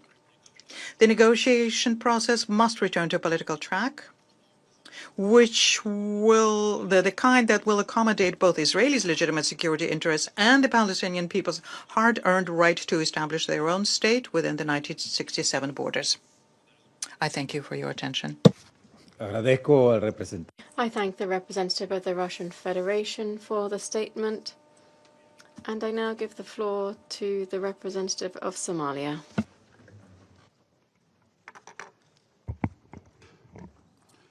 Mr. President, I thank you for convening this important meeting, and I also appreciate ASG Yena for his valuable briefing. And I also take note of the testimonies shared today by Mr. David and sympathize with the suffering and endured by all families in this conflict. And we heed our call to act now and to bring an end to this devastating conflict. A conflict where just over the past weekend, bombardments have intensified across the Strip, including areas where displaced families sought safety and refuge. A conflict which had made clear that there is no safe place in Gaza. A conflict where continued military operations in a densely populated areas have led to immense civilian suffering and destructions. The longer this conflict continues, the greater the humanitarian tragedy and the further away from the prospect of peace. Starvation is now a present an expanding reality for many. Somalia stresses that the use of starvation as a method of warfare is unacceptable and prohibited under international law. Access to water, food, electricity, and healthcare remains extremely limited. The humanitarian response is constrained by insecurity and restricted access. My delegation reiterates its call for an immediate and lasting ceasefire. We also call for the full, safe, and unhindered delivery of humanitarian aid, including opening all crossings and lifting the siege on Gaza. We recognize and commend the vital role the UN humanitarian agencies play in providing life-saving assistance under exceptionally challenging conditions. Their efforts are indispensable to alleviating suffering and must be supported and protected. We also express concern about the recent Israeli actions at Jerusalem Holy Site, which challenges the established status quo and risk increasing tensions at this sensitive site, potentially undermining efforts toward peace and stability. We call for respect of existing agreements and exercise restraint to preserve calm and foster conditions for meaningful dialogue. Mr. President, Somalia emphasizes the imperative to protect all civilians and uphold international humanitarian and human rights law. We reiterate our call for the immediate release of all civilian hostages and detainees. Respect for civilian life and adherence to international legal standards must guide all actions without exception. We are also concerned by escalating violence in the West Bank, including settler attacks and home demolitions. Lasting peace cannot be achieved while such violations persist. There is no military solution to this conflict. The root cause of the crisis lies in decades of occupation and the denial of the Palestinian people's right to self-determination. In this context, my delegation reaffirms its unwavering support for the inalienable rights of the Palestinian people, including their right to self-determination and to establish an independent sovereign state of Palestine with Al-Quds al-Sharif as its capital, in accordance with relevant UN resolutions and the Arab Peace Initiative. My delegation supports the efforts facilitated by Qatar, the United States, and Egypt aimed at ending the violence, protecting the civilians, and opening a genuine political horizon. My delegation reaffirms its commitment to the two-state solution as recently pledged at the high-level conference co-organized by Saudi Arabia and France. We also underscore the importance of the unification of Gaza and the West Bank under a single legitimate Palestinian authority, as well as the urgent need for a comprehensive plan for Gaza's reconstruction. My delegation remains firmly committed to the principles of international law, the UN Charter, and to the cause of peace, justice, and dignity for all people in the Middle East. The people of Gaza and all those affected by this conflict deserve nothing less than for us to act now and to give peace a chance, and for our collective resolve and compassion. I thank you, Mr. President. Agradezco. I thank the representative of Somalia for the statement, and I now give the floor to the representative of the United States. Thank you, Mr. President, and thank you, Assistant Secretary General Miroslav Yena, for your briefing, and I welcome the Israeli Minister of Foreign Affairs at this meeting. And I thank you, Eli Davidid, for your courage in sharing your story. The pain and grief that you and other families of hostages have faced at the hands of Hamas is unfathomable. And the United States stands with you and will continue to work to free all of the remaining hostages, living and deceased. Colleagues, the horrific videos of hostages, Evyatar David and Rom Braslevsky, filmed by the terrorist groups Hamas and Palestinian Islamic Jihad, should shock and appall the world. The footage of these two young men, tormented, starved, emaciated, is not only a reminder of the evil that Hamas and Palestinian Islamic Jihad represent, it also makes more clear than ever that the Security Council and the international community must stop pressuring Israel and instead impose maximum pressure on Hamas to immediately release all 50 hostages that they continue to hold captive. The hostages abducted on October 7th have now suffered for 668 days. These videos show Eviatar David, a 24-year-old kidnapped by Hamas from the Nova Music Festival, with an appearance his own family described as a living skeleton buried alive, being forced by his terrorist captors to dig his own grave. Rom Braslavsky, a 21-year-old abducted from the Nova Festival, is pictured in similarly dire conditions. The United States has made clear that freeing the hostages is our priority, along with ensuring Hamas disarms and no longer rules Gaza.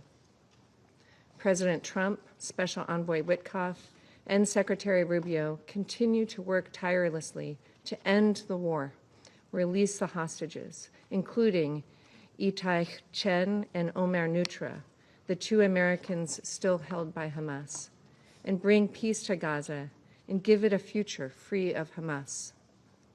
As President Trump said last week, the fastest way to end the humanitarian crisis in Gaza is for Hamas to surrender and release the hostages. Yet Hamas has refused to do so. While Israel has accepted the terms of the ceasefire proposal, Hamas has consistently rejected them. That is emblematic of the bad faith we see from Hamas. Unfortunately, at a time when pressure on Hamas is more necessary than ever to free the hostages and end the war, some have instead taken steps that embolden Hamas and undermine the negotiators' efforts. We must be clear that unproductive publicity stunts like last week's two-state solution conference and unilateral announcements regarding recognition of a Palestinian state undercut the efforts of mediators and prolong the war. These gifts to Hamas not only imperil the hostages, they also hurt the civilians of Gaza, who continue to suffer what President Trump has recognized as real starvation. Colleagues, no one wants to see Palestinians, civilians in Gaza go hungry and thirsty. The United States supports getting assistance to civilians in Gaza and has been actively working to support the secure delivery of humanitarian aid to civilians in Gaza. As President Trump has said, the United States is going to be even more involved in these efforts.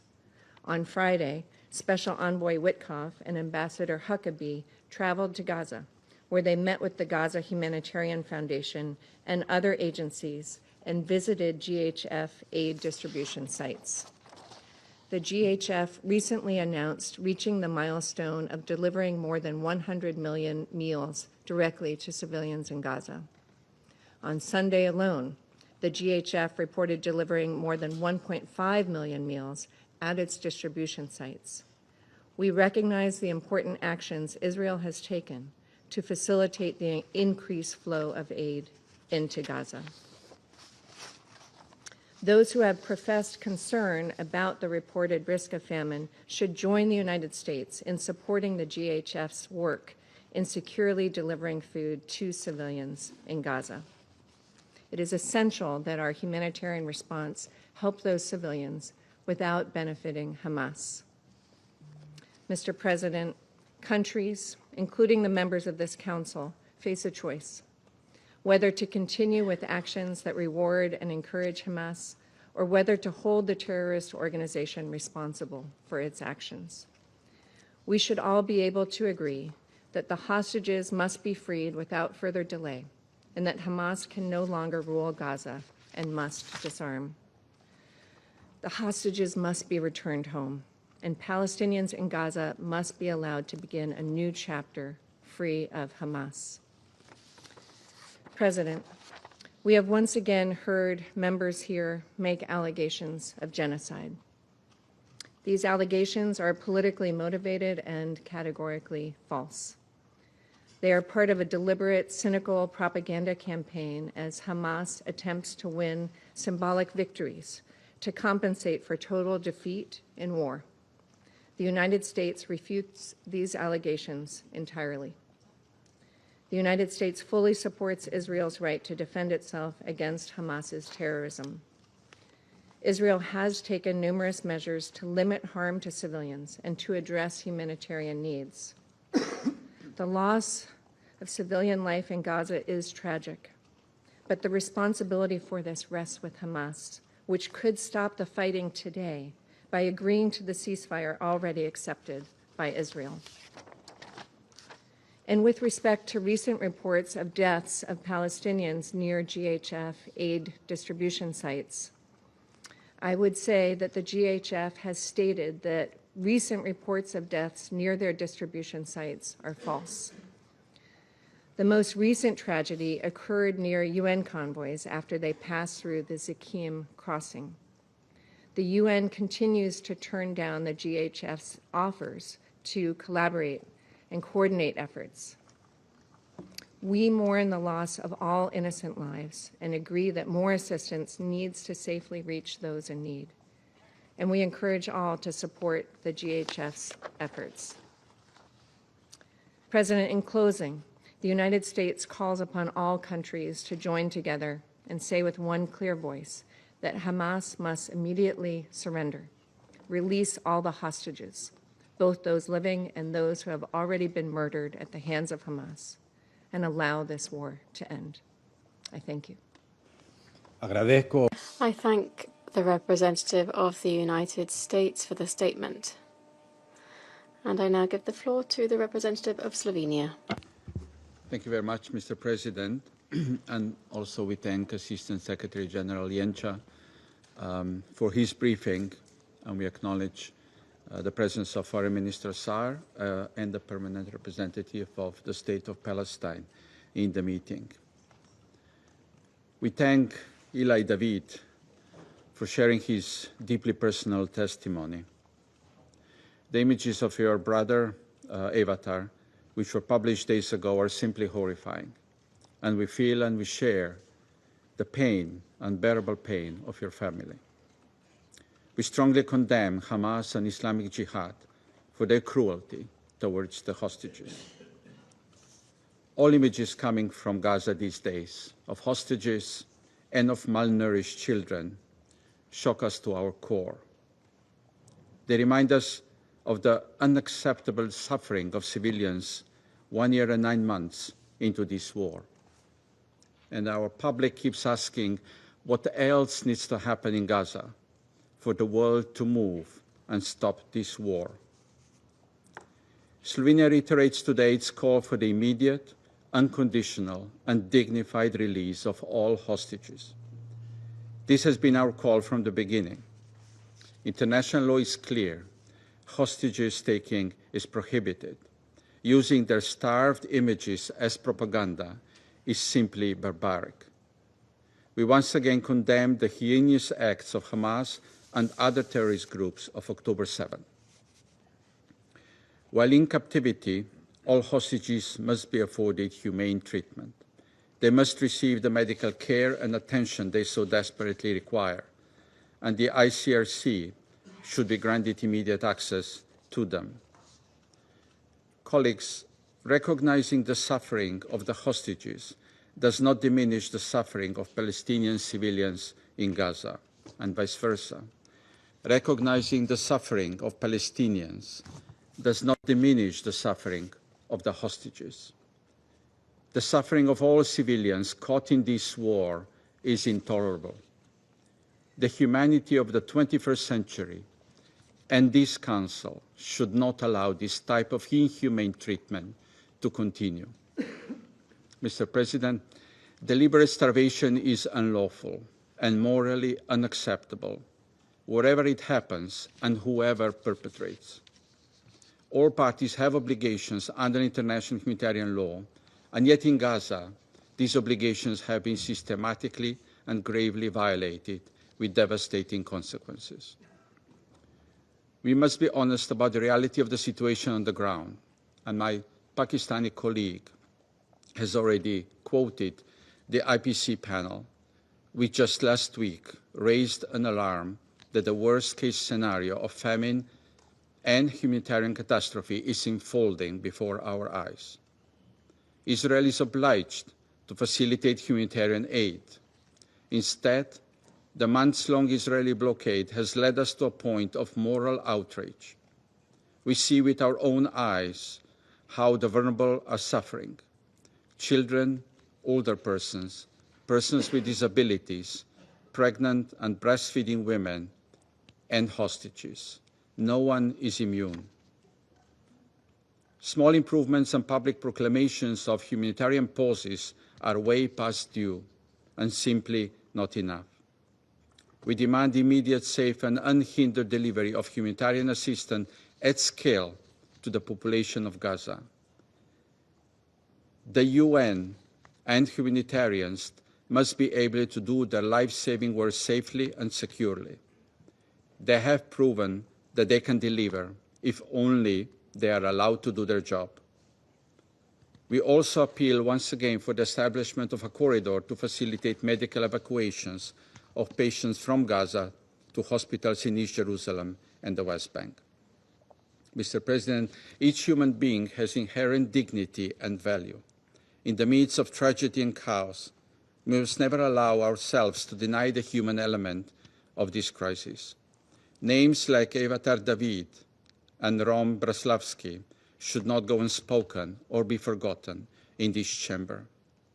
Neither should names of children like Hind Rajab, killed while pleading for help, and Mahmoud Aijur, who lost both arms. And many names we may never know. Countless lives destroyed, countless lives lost. As the father of one hostage powerfully said, in a competition of pain, there are no winners. We recall how during the ceasefire early this year, we witnessed scenes of hostages being reunited with their families, of aid at scale moving through crossings, of Palestinian children returning to school, of families returning to their homes, even if only rubble was left behind. We hold on the hope that this can once again become a reality. We need an immediate ceasefire and an end to the suffering of hostages and civilians alike. Slovenia urges all parties to recommit to ceasefire talks. Slovenia firmly rejects any plans to expand military operations in Gaza, which would seriously endanger civilians, including hostages, and compound the humanitarian catastrophe. There is no military solution to this suffering. Experience has shown that it brings us no closer to peace, freedom, or security for Palestinians or for Israelis. A lasting ceasefire must be secured. A ceasefire gives desperate relief to all in Gaza, living under relentless bombardment. A ceasefire brings hostages home. A ceasefire puts food on tables. And a ceasefire provides space for a political horizon towards a two-state solution. We must renew our demand for a ceasefire now. Thank you. I thank the representative of Slovenia for the statement. And I now give the floor to the representative of Greece. Thank you, Mr. President. I would like to thank Assistant Secretary General Miroslav Yena for his briefing, as well as Mr. Eli Davidid for his powerful and moving testimony. And I express my deep sympathy for the suffering you, Mr. Davidid, and other relatives of hostages have endured.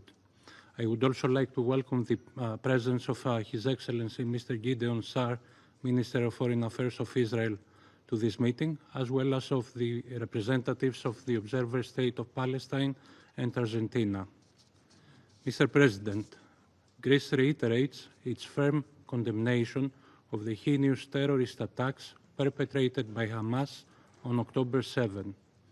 The recently released images of hostages were yet another stark reminder of this continuing calamity. Today, we stand in solidarity with the victims and the families, and above all, with those who remain in captivity. Our thoughts are with every hostage still held in Gaza, with those who returned home traumatized, with those who perished in captivity, and those whose fate remains unknown. We once again demand their immediate, unconditional, safe, and dignified release. They must be released now. It is deeply troubling that these hostages have not been granted humanitarian access to address urgent medical and basic needs as required under international law, including international humanitarian and human rights law. Mr. President, in the months that have followed the appalling events of October 7, the members of the Security Council have been discussing and debating over the situation in the Middle East and specifically in the Gaza Strip as events unfolded and a disastrous humanitarian situation took hold of the entire Strip. The world has witnessed violence surging and people agonizing over the future of their loved ones. It has witnessed starvation and death. Unfortunately, as we continue to discuss the humanitarian situation in Gaza, a feeling of frustration, of a peace that remains elusive, is ever prevalent. We have repeatedly condemned the atrocities of October 7. We have made clear that Hamas has no place in the day after in Gaza. We have called for the immediate and unconditional release of all hostages. We have joined the calls of our fellow members of this Council for a ceasefire and for humanitarian aid to be delivered massively, immediately to Gaza. We have called on Israel to lift the blockade and spare the starving population. Mr. President, we cannot accept the suffering and humiliation of the hostages at the hands of Hamas and the anguish of their families. No one should. Nor can we turn a blind eye to the suffering of over 2 million Palestinians and their strive to survive. The toll is staggering: thousands dead or injured, countless displaced, and a population struggling daily for survival. In this regard, we call on all parties to show responsibility and opt for an agreement, as it is evident by now that this conflict has no military solution. The political process must be revitalized with the aim to create conditions conducive to achieving a two-state solution according to the relevant Security Council resolutions, while guaranteeing the right of Israel to exist in peace and security. As we have stressed before, there can be no day-after scenario for the Gaza Strip with Hamas. There can be no day-after scenario without the Palestinians in Gaza. Forced displacement of the population from the occupied Palestinian territories would amount to a grave violation of international law, would jeopardize the regional stability and security, and would undermine the prospect of a two-state solution, as would any other actions that run counter to this objective. Meanwhile, the humanitarian crisis on the ground demands immediate action. Millions are in urgent need of food, primary health services, education, and shelter. Border crossings must remain open. UNRWA's role should not be undermined. Civilians and humanitarian workers must be protected in line with international humanitarian law. Mr. President, we cannot change the past, but we can certainly shape the future. The suffering of both sides must come to an end. Neither the hostages and their families, nor the Palestinians can afford another day of this devastation. I thank you. Agradezco. I thank the representative of Greece for the statement. I now give the floor to the representative of Guyana. Mr. President, this meeting provides yet another opportunity for the Council to respond to the multifaceted catastrophe unfolding in Gaza. I acknowledge the participation in today's meeting of the Minister of Foreign Affairs of Israel, His Excellency Gideon Sa'ar, the Permanent Observer of the Observer State of Palestine, His Excellency Riyad Mansour, and a representative of Argentina. I thank Assistant Secretary General Yena for the updates and Mr. Eli Davidid for his bravery in sharing his story with the world. No one should be forced to experience any of the horrors taking place in Gaza, and Guyana commiserates with Mr. Davidid and his family.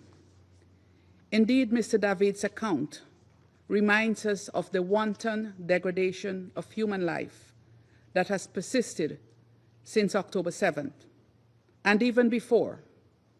This must be utterly rejected by the international community and brought to an end.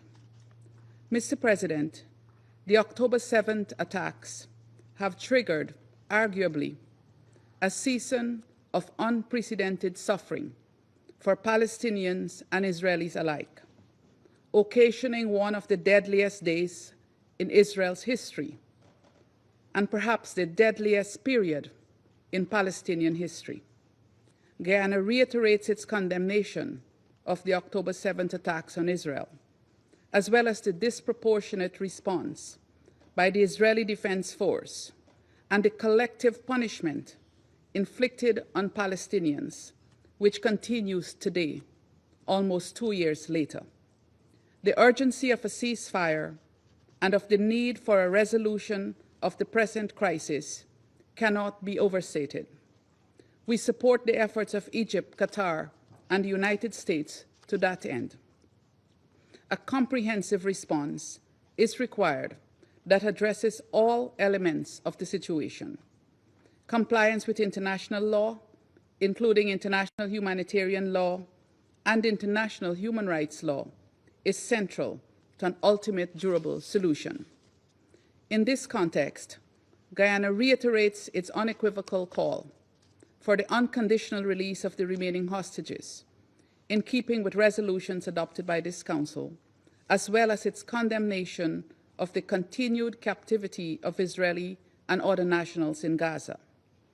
The taking of hostages is a violation of international law, as stipulated in Common Article 3 of the Geneva Conventions, and should not be used as a bargaining chip to extract concessions. Perpetrators of this crime must, therefore, be held accountable.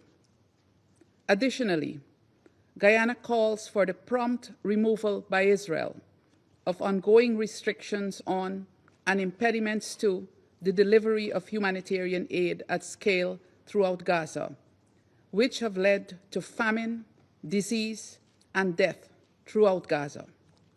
This Council should not countenance the denial of critical relief for human suffering under any pretext. It would be an abomination for the international community to continue to allow innocent people, least of all innocent children, to starve while in the sight of food. This Council has a duty to act urgently and collectively to bring this war to an end and to hold all parties accountable for violations that have ensued. Further, the ongoing displacement of Palestinians, both in Gaza and the occupied West Bank, must also be urgently addressed, in recognition of the inalienable rights of Palestinians to a homeland and of the imperatives of a just and lasting peace, and having regard to relevant decisions of the International Court of Justice. The international community should spare no effort to safeguard the prospects of a viable two-state solution, as mandated by the relevant United Nations resolutions, including an end to the occupation of Palestinian lands. The two-state solution remains the essential core of a just and lasting peace between Israelis and Palestinians and the broader Middle East. Mr. President, in closing, Guyana underscores that collective political will makes all the difference. Hence, at this nadir of the war in Gaza, as we witness the worst of inhumanity inflicted on Gazans, we, this Council, must muster the collective political will to act decisively, comprehensively, and effectively we must begin with a demand for immediate, unconditional, and permanent ceasefire in Gaza, for an end to the violence in the occupied West Bank, for the immediate and unconditional release of all hostages, for an end to the humanitarian siege in Gaza, for the release of all Palestinians arbitrarily detained in Israel, and action to bring about a just, permanent, and comprehensive resolution of the Palestinian question. This is the only way to ensure true peace and security for Israel and for all its neighbors. I thank you. Agradezco. I thank the representative of Guyana for the statement. I shall now make a statement in my capacity as the representative of the Republic of Panama. Excellencies, colleagues, Panama would like to thank Mr. Miroslav Yena, Assistant Secretary General for Europe, Central Asia and Americas, for his briefing. We reiterate our support for the work carried out by United Nations agencies within their serious limitations in an extremely challenging environment in Gaza. We welcome the presence of His Excellency the Minister of Foreign Affairs of Israel, as well as the representative of the Observer State of Palestine and the representative of Argentina, who honor us today with their participation. Panama extends special recognition to Mr. Eli Davidid, the brother of Eviatar David, one of the hostages still held in captivity, who also honors us today with his presence. We value his bravery in raising his voice on behalf of his family and on behalf of so many others who continue to live in the anguish of waiting for their loved ones. To you and to all of the families of the hostages, Panama conveys its solidarity and respect. Panama has repeatedly expressed its deep concern over the catastrophic situation faced by the entire suffering population currently in the Gaza Strip. The sad reality endured by the hostages since the inhumane attacks on the 7th of October, of which it is estimated that at least 50 individuals remain in captivity, and around 20 of whom are believed to be alive, continues after 669 days still in the hands of Hamas. This constitutes an extreme manifestation of deliberate cruelty, which we have strongly condemned in this chamber and which we today condemn once again. The actions of Hamas towards the hostages, including the deprivation of food, prolonged isolation, the sadistic use of these as instruments of pressure and propaganda, and even the forced dissemination of videos, amount to a calculated attempt to break their will and to intimidate. They represent a violation of international humanitarian law. The recent harrowing images of Rom Braslavsky and Eviatar David are not merely reflections of individual tragedy. They are irrefutable evidence of the degrading, cruel and intolerable treatment to which Hamas has subjected all hostages for nearly 2 years, evoking painful memories of a history that should never have been repeated. Panama once again demands the immediate, dignified and unconditional release of all hostages. The suffering of the kidnapped hostages coexists with the daily tragedy of the Palestinian civilian population in Gaza. All individuals in the Strip are bearing the consequences of Hamas's extremist and deliberately cruel actions, having chosen to inflict pain rather than seek solutions. Gaza's future should be free from Hamas and its extremist actions. Millions of Palestinian civilians, mainly women, children, and the elderly, are facing acute food insecurity, thirst, disease, and forced displacement. Panama is not indifferent to this prolonged suffering, which represents a lamentable manifestation of dehumanization. We recognize the fortitude with which so many people have endured amidst destruction and despair, clinging to the remnants of humanity in an environment that no human being should have to endure. In the face of an unprecedented man-made humanitarian tragedy, alleviating the suffering of the civilian population in Gaza has become an urgent moral duty that calls upon us all equally. We urge that vital resources should reach those who need them most. Therefore, Panama insists that every humanitarian effort must be made to complement and strengthen existing humanitarian mechanisms.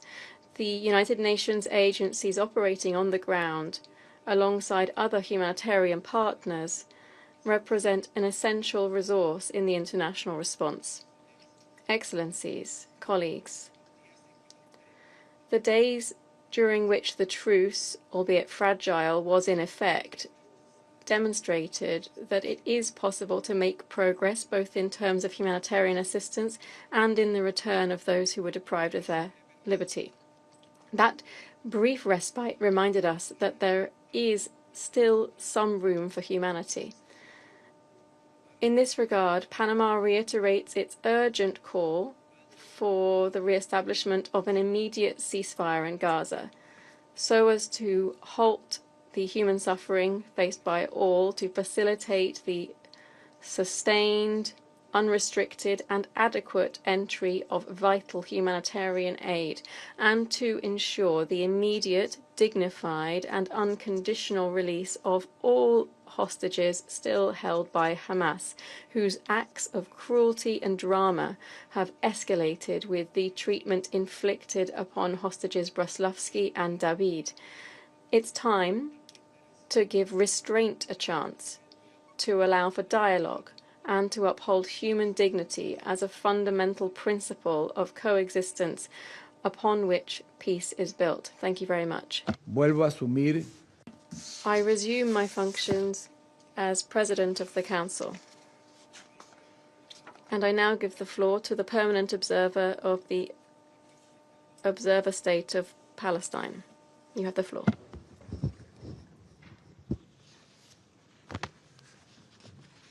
Thank you, Mr. President, and our warm congratulations to Panama on assuming the presidency of the Security Council. Mr. President, I thank Assistant Secretary General Yena for his briefing, and I acknowledge the testimony of Eli Davidid and the distressing, unacceptable video of his brother digging his own grave. We reject all inhumane and degrading treatment against anyone, especially persons held in captivity. From day one, calls for a ceasefire have been launched by the Palestinian people in Gaza, and the families of hostages echoed across the world. Both were actually aware that this war would mean more death and agony for their loved ones. And I'm grateful for all of my colleagues, members of the Security Council, who have stressed the need for an immediate, continuous ceasefire. It saves lives. It releases hostages and Palestinian prisoners. It saves lives. It opens the doors and the crossings for humanitarian assistance. Stop the starvation of our people. It allows for the reconstruction of Gaza. It gives peace a possible chance. It gives all of us hope. I am very grateful for all of you who have stressed on these fundamental principles, and it is in your hands, since you are entrusted by the Charter of the UN to maintain international peace and security, to succeed in implementing your resolutions, and above all, to succeed in beginning with having an immediate ceasefire. Our call remains unchanged nearly 670 days later. End this Israeli war of massacres and starvation against our people. Release the hostages and prisoners. Enable immediate, unimpeded humanitarian aid to Gaza, including by the UN humanitarian system, including UNRWA, and secure full Israeli withdrawal from Gaza so that the Palestinian government can assume sole governance and security responsibilities with regional and international support, and we can begin immediately the recovery and reconstruction process based on the internationally endorsed Arab OIC plan and move towards finally ending this illegal occupation and achieving a just peace. Yet, in direct contradiction with the calls of Israeli hostages' families and by hundreds of former Israeli military leaders, what is Israel's answer to this worldwide call? Let's occupy all of Gaza. Let's annex Palestinian land. Let's displace the Palestinian people.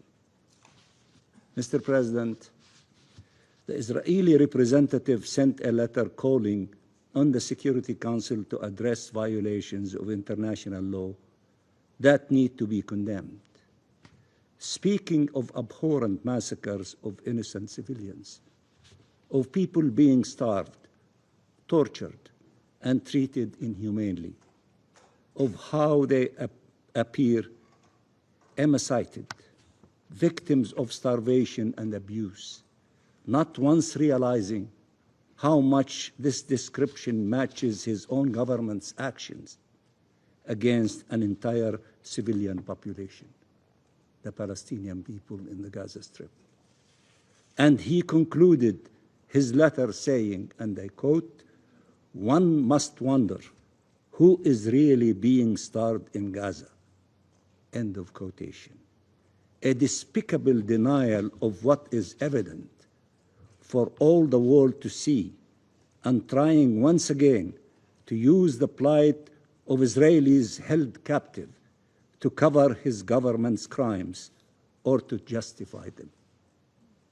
Mr. President, Israel is demanding the world to take a stance against starvation when it is actually starving an entire civilian population, when it is shooting at them while they seek water and food, with the most severe effects on the most vulnerable, with infants and children dying, and with those surviving facing untold pain and trauma. It is demanding that the world take a stance against conditions of captivity of Israelis, when it is holding 2 million people captive under its deadly siege, when 76 Palestinian prisoners have died under torture or starving or due to medical neglect in the last 20 months alone, when there are videos of Israeli jailers raping, beating, and humiliating Palestinian prisoners, when the world has seen the images of hundreds of Palestinians arrested, men and boys, placed almost naked on trucks and taken away, several of them having disappeared since, when 10,000 Palestinians languish in Israeli jails, thousands of them under administrative detention, the most arbitrary form of detention, when hundreds of our children remain detained, when Israel has held prisoners over 1 million Palestinians since the onset of the occupation 58 years ago, when it has held the remains of Palestinians for years and decades. Mr. President, the killing of civilians is unacceptable in all circumstances. Let me repeat. The killing of civilians, all civilians, is unacceptable in all circumstances. The killing of children is unacceptable in all circumstances. We should not tolerate harming or killing a single child, regardless of what nationality or faith they adhere to. Those who need to ask what is the nationality or faith of the perpetrator and of the victim to decide if you are outraged or not should go check their humanity. Torture and ill treatment of those held captive are unacceptable under any circumstances. It cannot be justified in some cases and condemned in others. Israel says the videos of Ron and Abiatar are unacceptable means of pressure, and they are, just as when it has abducted thousands of civilians as bargaining chips, and when it is starving millions of civilians as a method of pressure, as its leaders have confessed before finding a new narrative given the international outcry. Mr. President, when Israel says this is a war of civilization against barbarism, it means that its barbaric acts have to be condoned because the perpetrators are Israelis and the victims are Palestinians. It does not even see the irony of it, resorting to such images that have been used and abused by colonial powers who claimed to represent civilization against barbarism to justify their atrocities.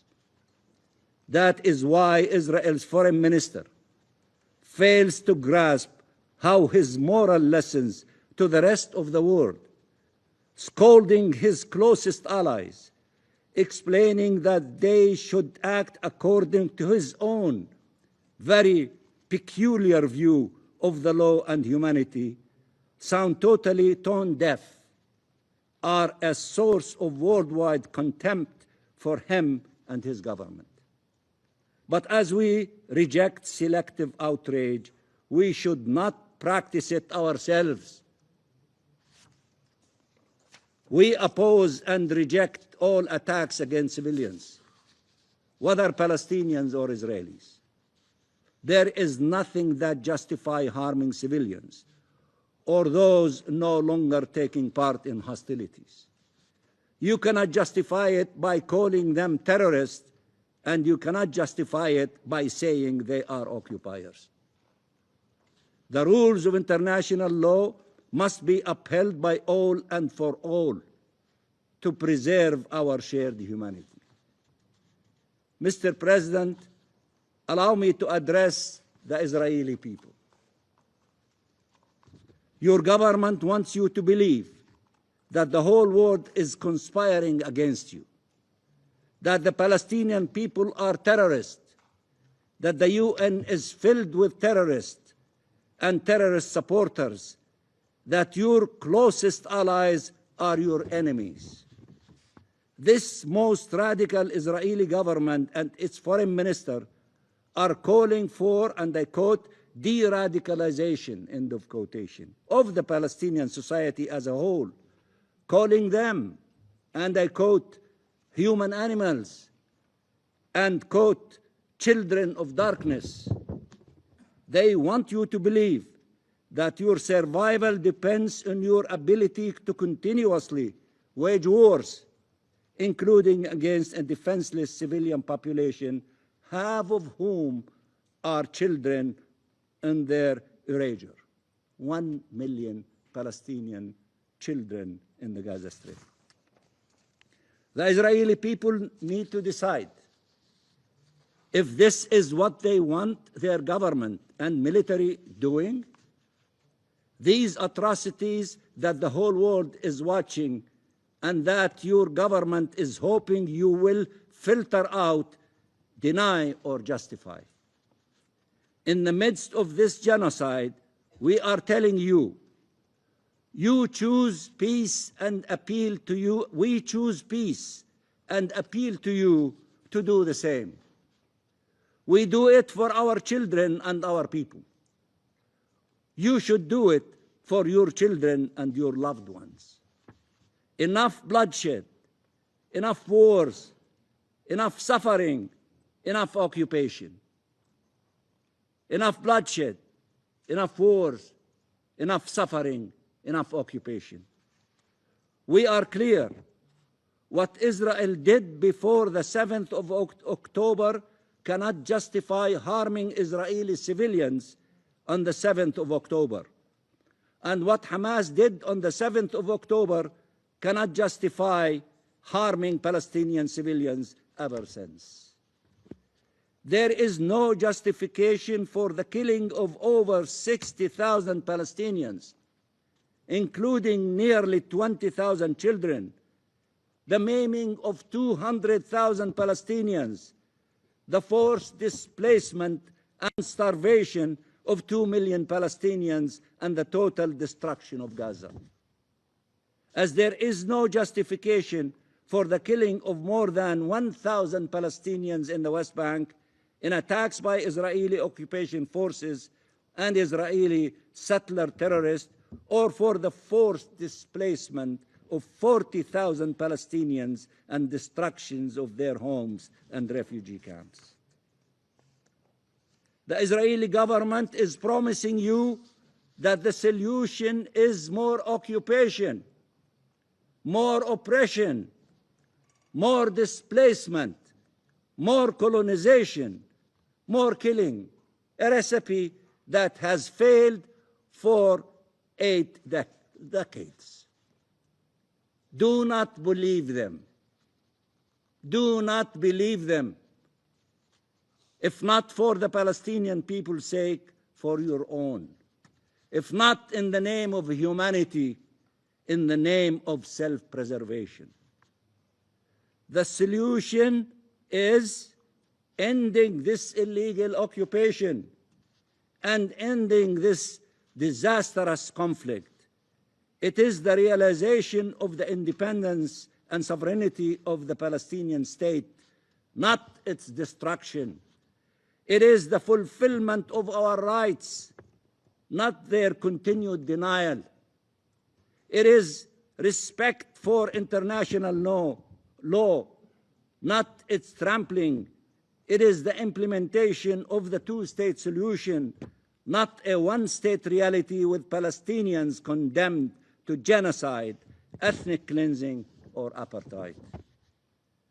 Mr. President, the international conference co-chaired by Saudi Arabia and France and attended by around 185 states with the active participation of 120 of them, has charted an irreversible path to peace.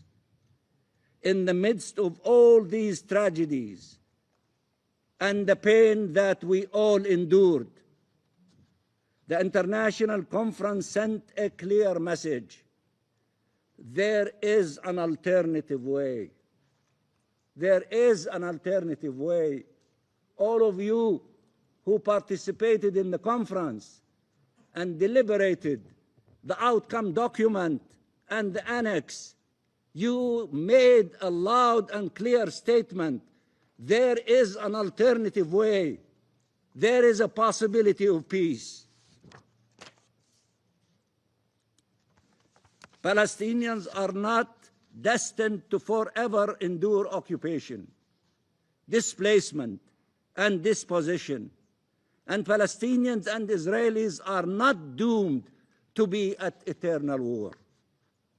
By ending complicity and advancing compliance, by ending impunity, upholding accountability, by breaking the cycle of violence instead of fueling it, by rejecting violence instead of justifying them, by implementing the two-state solution instead of watching it to be destroyed, are the only alternative.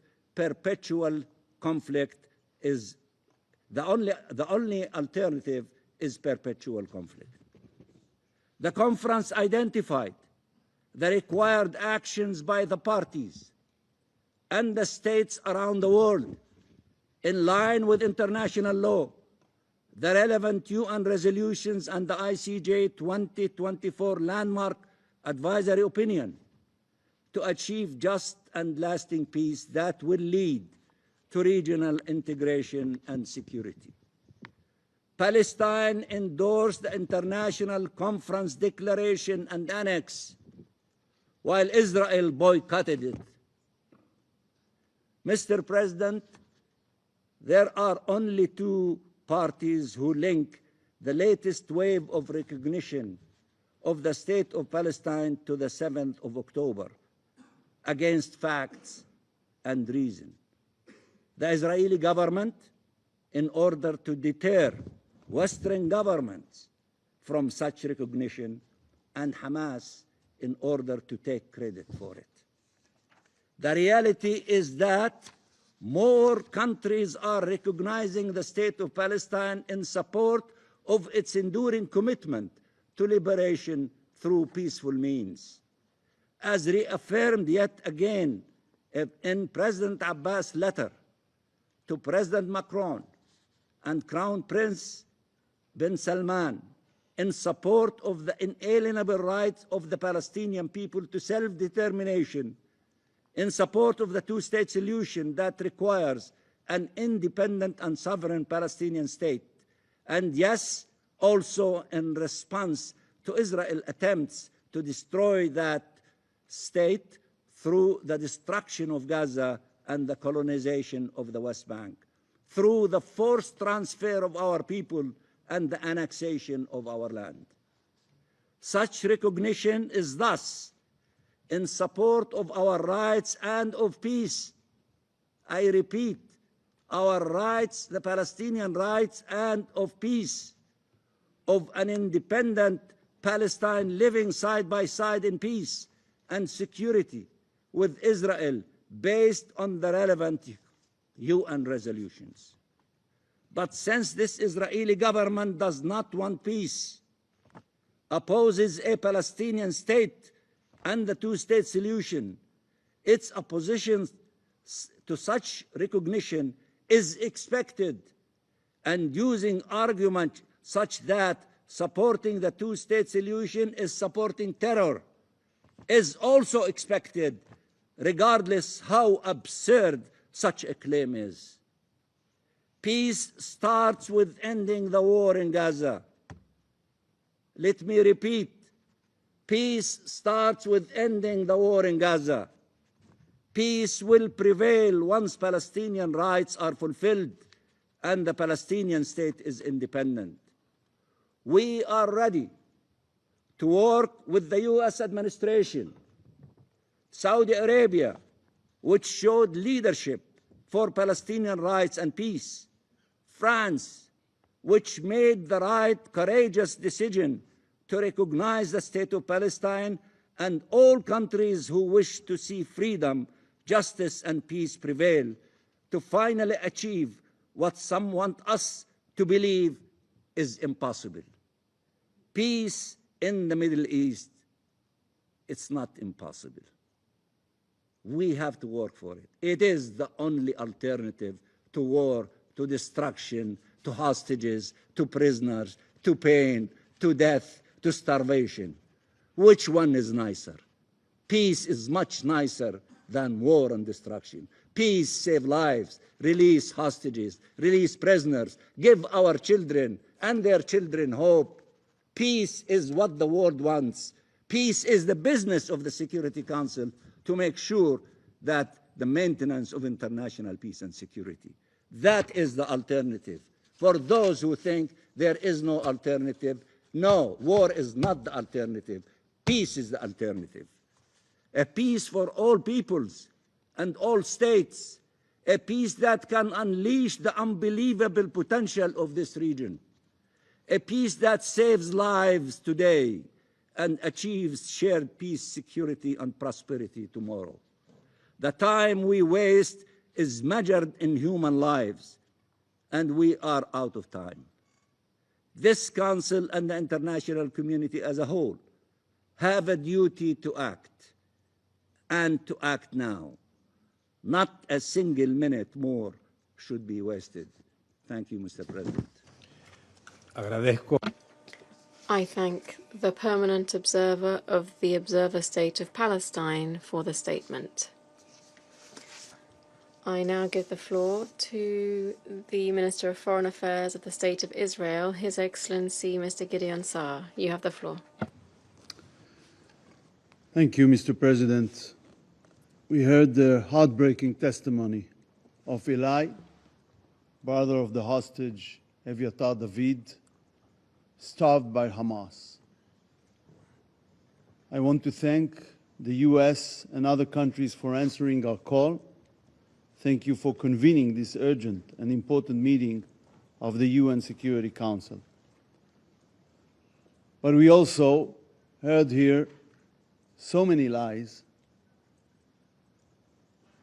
I cannot refer to them all, but it was really funny to hear Russian Federation representative, after 3 years and a half of a brutal invasion and brutal war in Ukraine and bombardments on civilian population in Kiev and other places, speaking here the way he spoke. I also heard the Palestinian representative. I must say the Palestinians learned propaganda from you, from the Soviet era, and you were good teachers. The Palestinians invented terrorism as a way to promote their means, and it includes all Palestinians' fractions. And until this very day, the Palestinian Authority continued to pay salaries to terrorists and terrorist families accordingly to the crime the terrorists committed. And this is how they encourage terrorism until this very day. You spoke about peace. From 1947, you had countless opportunities to reach peace. You rejected them all. I come here today as the Foreign Minister of the State of Israel, the sovereign state of the Jewish people, fighting for its existence for almost 2 years on 7 different fronts. I'm here today because our hostages are still there, starved, tortured by Hamas and Islamic Jihad in the dungeons of Gaza. On October 7th, Hamas invaded, with no reason, into Israel. It committed evil crimes like the Nazis and ISIS did. They murdered and raped women, killed children in front of their parents, and parents in front of their children. They beheaded people, burned whole families alive, took 251 hostages into cruel captivity. 50 of them are still there, starved and tortured. I want to read from the Dina Project report. This report describes Hamas' sickening sexual crimes and atrocities committed on October 7th. And since then, bodies were found with objects inserted into their private parts. Bodies of naked women were found cuffed onto trees. Bodies were found with signs of genital mutilation. Most of the sexually assaulted women were among the 1,166 murdered of that day. After they were raped, they were murdered. They are forever silenced. But sexual violence continued for those taken in captivity. Amit Susana was released from Hamas cruel captivity. She described bravely how she was forced at gunpoint to commit a sexual act on her capture. This is the pure evil that Israel faces. Hamas crimes are still ongoing. This past weekend, the whole world witnessed the cruel starvation of Eviatar David and Ron Braslavsky, tortured at the hands of Hamas and Islamic Jihad. The world saw their terrible condition, bones standing out in their skin like living skeletons, looking death in their eye. Eviatar was forced to dig his own grave. You just heard his brother, Eli. Hamas and Islamic Jihad used the starvation and torture of hostages as evil tools. It's part of a deliberate and well-planned sadistic propaganda campaign. Its goals: 1, psychological terror. 2nd, an attempt to create a link between our starved hostages and their blood libel against Israel. But it's a campaign of lies. Israel facilitated huge amounts of aid into Gaza since the beginning of the war, in an unprecedented way in the history of wars. And by the way, the quantities are growing every day, if you follow that. Yet is still accused of starvation. But the truth must be told. Hamas sadistically starves our hostages while the terrorists enjoy meat, fish, and vegetables. And we saw the brother of Eviatar demonstrated that with the photo of the well-fed terrorist with Eviatar in his terrible condition. And you all saw the thick, meaty arm of the well-fed terrorist next to Eviatar, the living skeleton forced to dig his own grave. We facilitating huge amounts of aid into Gaza. No other country acts this way in war, on such a large scale, under such difficult circumstances. But Hamas loots the aid and uses it as a financial tool. We hadn't heard a word about that from the Palestinian representative. The distorted Hamas terrorists cruelly decide if and what the hostages will eat, mainly what they will not eat. Eviatar spoke of entire days when he did not eat at all. Our sick and starved hostages still have not seen representatives of the Red Cross until today, despite this being explicitly agreed upon in the hostage deal in November 2023. The medicine they desperately need to survive has not reached them. While the terrorists, the murderers being held in Israeli prisons, receive medical care and nutrition, Hamas and Islamic Jihad torture our hostages. Terror states and organizations kidnapping civilians is not just our problem. But Hamas did it on a huge scale on October 7th. These terror states and organizations do so in order to ensure their own survival and interests. Terrorists inhumanely kidnap innocent civilians as tools to achieve their goals. In the case of Hamas, they try to force upon us their conditions remaining in power in Gaza. And don't illude yourself. They don't care that someone else will take responsibility on civilian issues, taking care of the ruins they left behind in Gaza. they want to stay the strongest military force to continue their war against Israel and its civilians. This dangerous phenomenon could happen tomorrow anywhere in the world. The world must put an end to the kidnapping of civilians. The international community must take it not worthwhile for the terrorists. Today it's Israel, tomorrow it's you. The world has been turned upside down. While Hamas runs its propaganda machine, a huge part of the international media is both ignoring the truth and buying its lies. I read the New York Times the day after Hamas released the distorted video of Eviatar David. I looked, but could not find Eviatar on the front page. And then I couldn't find his picture in all of the paper. I call on the international media. Put Eviatar and Rome front and center. Is this not newsworthy? We are witnessing an upside-down world. We are witnessing the twisted anti-Israeli agenda of so much of the global media. They shift the responsibility from the kidnappers and rapists to the attacked country. They shift the blame from terrorists to the victims.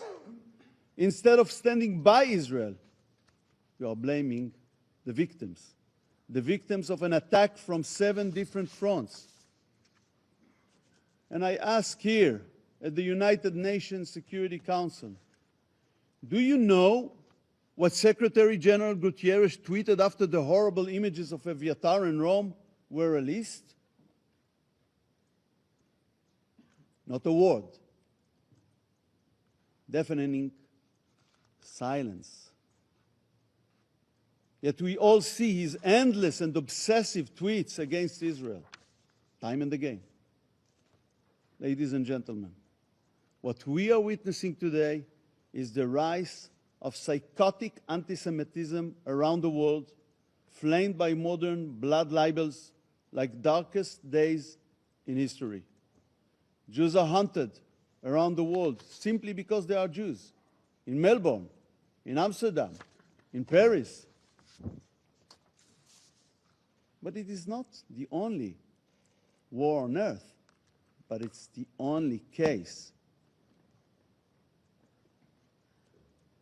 People are being hunted everywhere because of their nationality.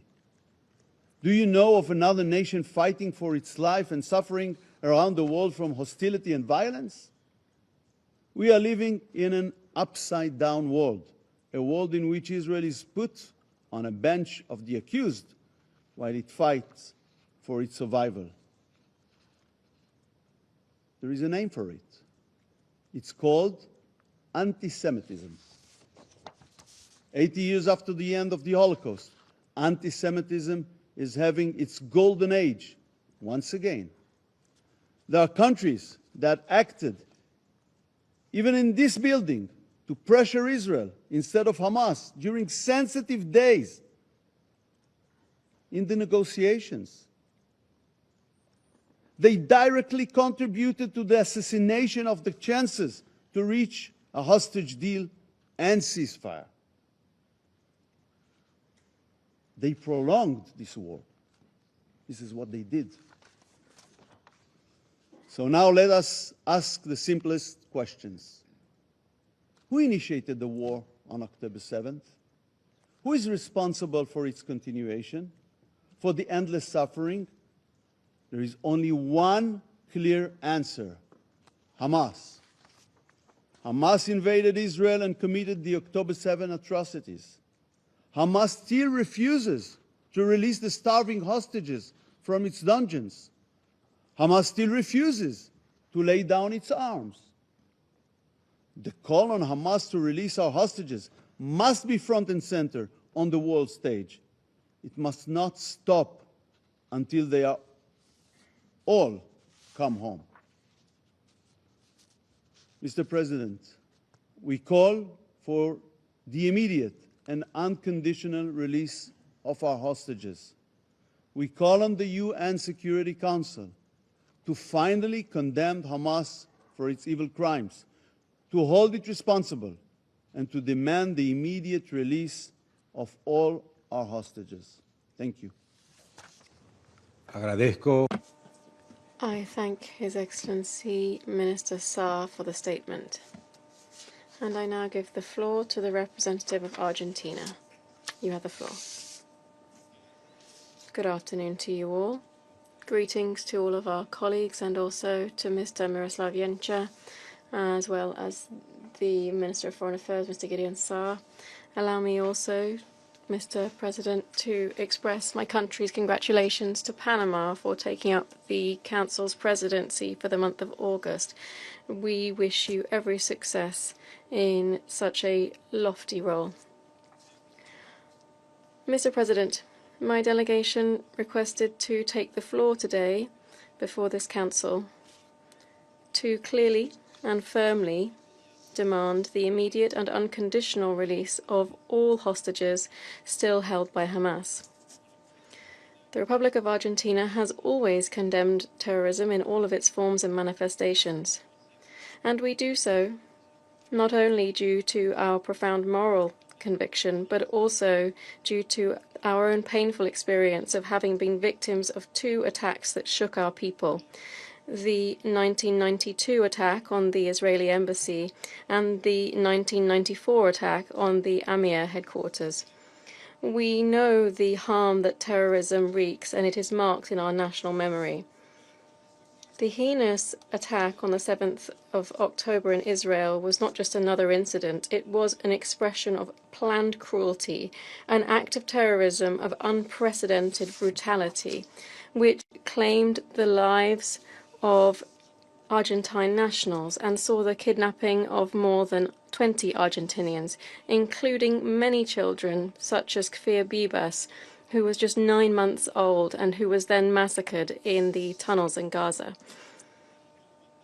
We continue to demand the unconditional and immediate return of the 4 Argentinians still in captivity, Eitan Horn, Ariel Cuneo, David Cuneo, and the body of Lior Rudeev, as well as all of the hostages still held by the terrorist organization Hamas. Mr. President, the situation of the hostages is essentially a humanitarian question. It is unacceptable that they remain deprived of their freedom.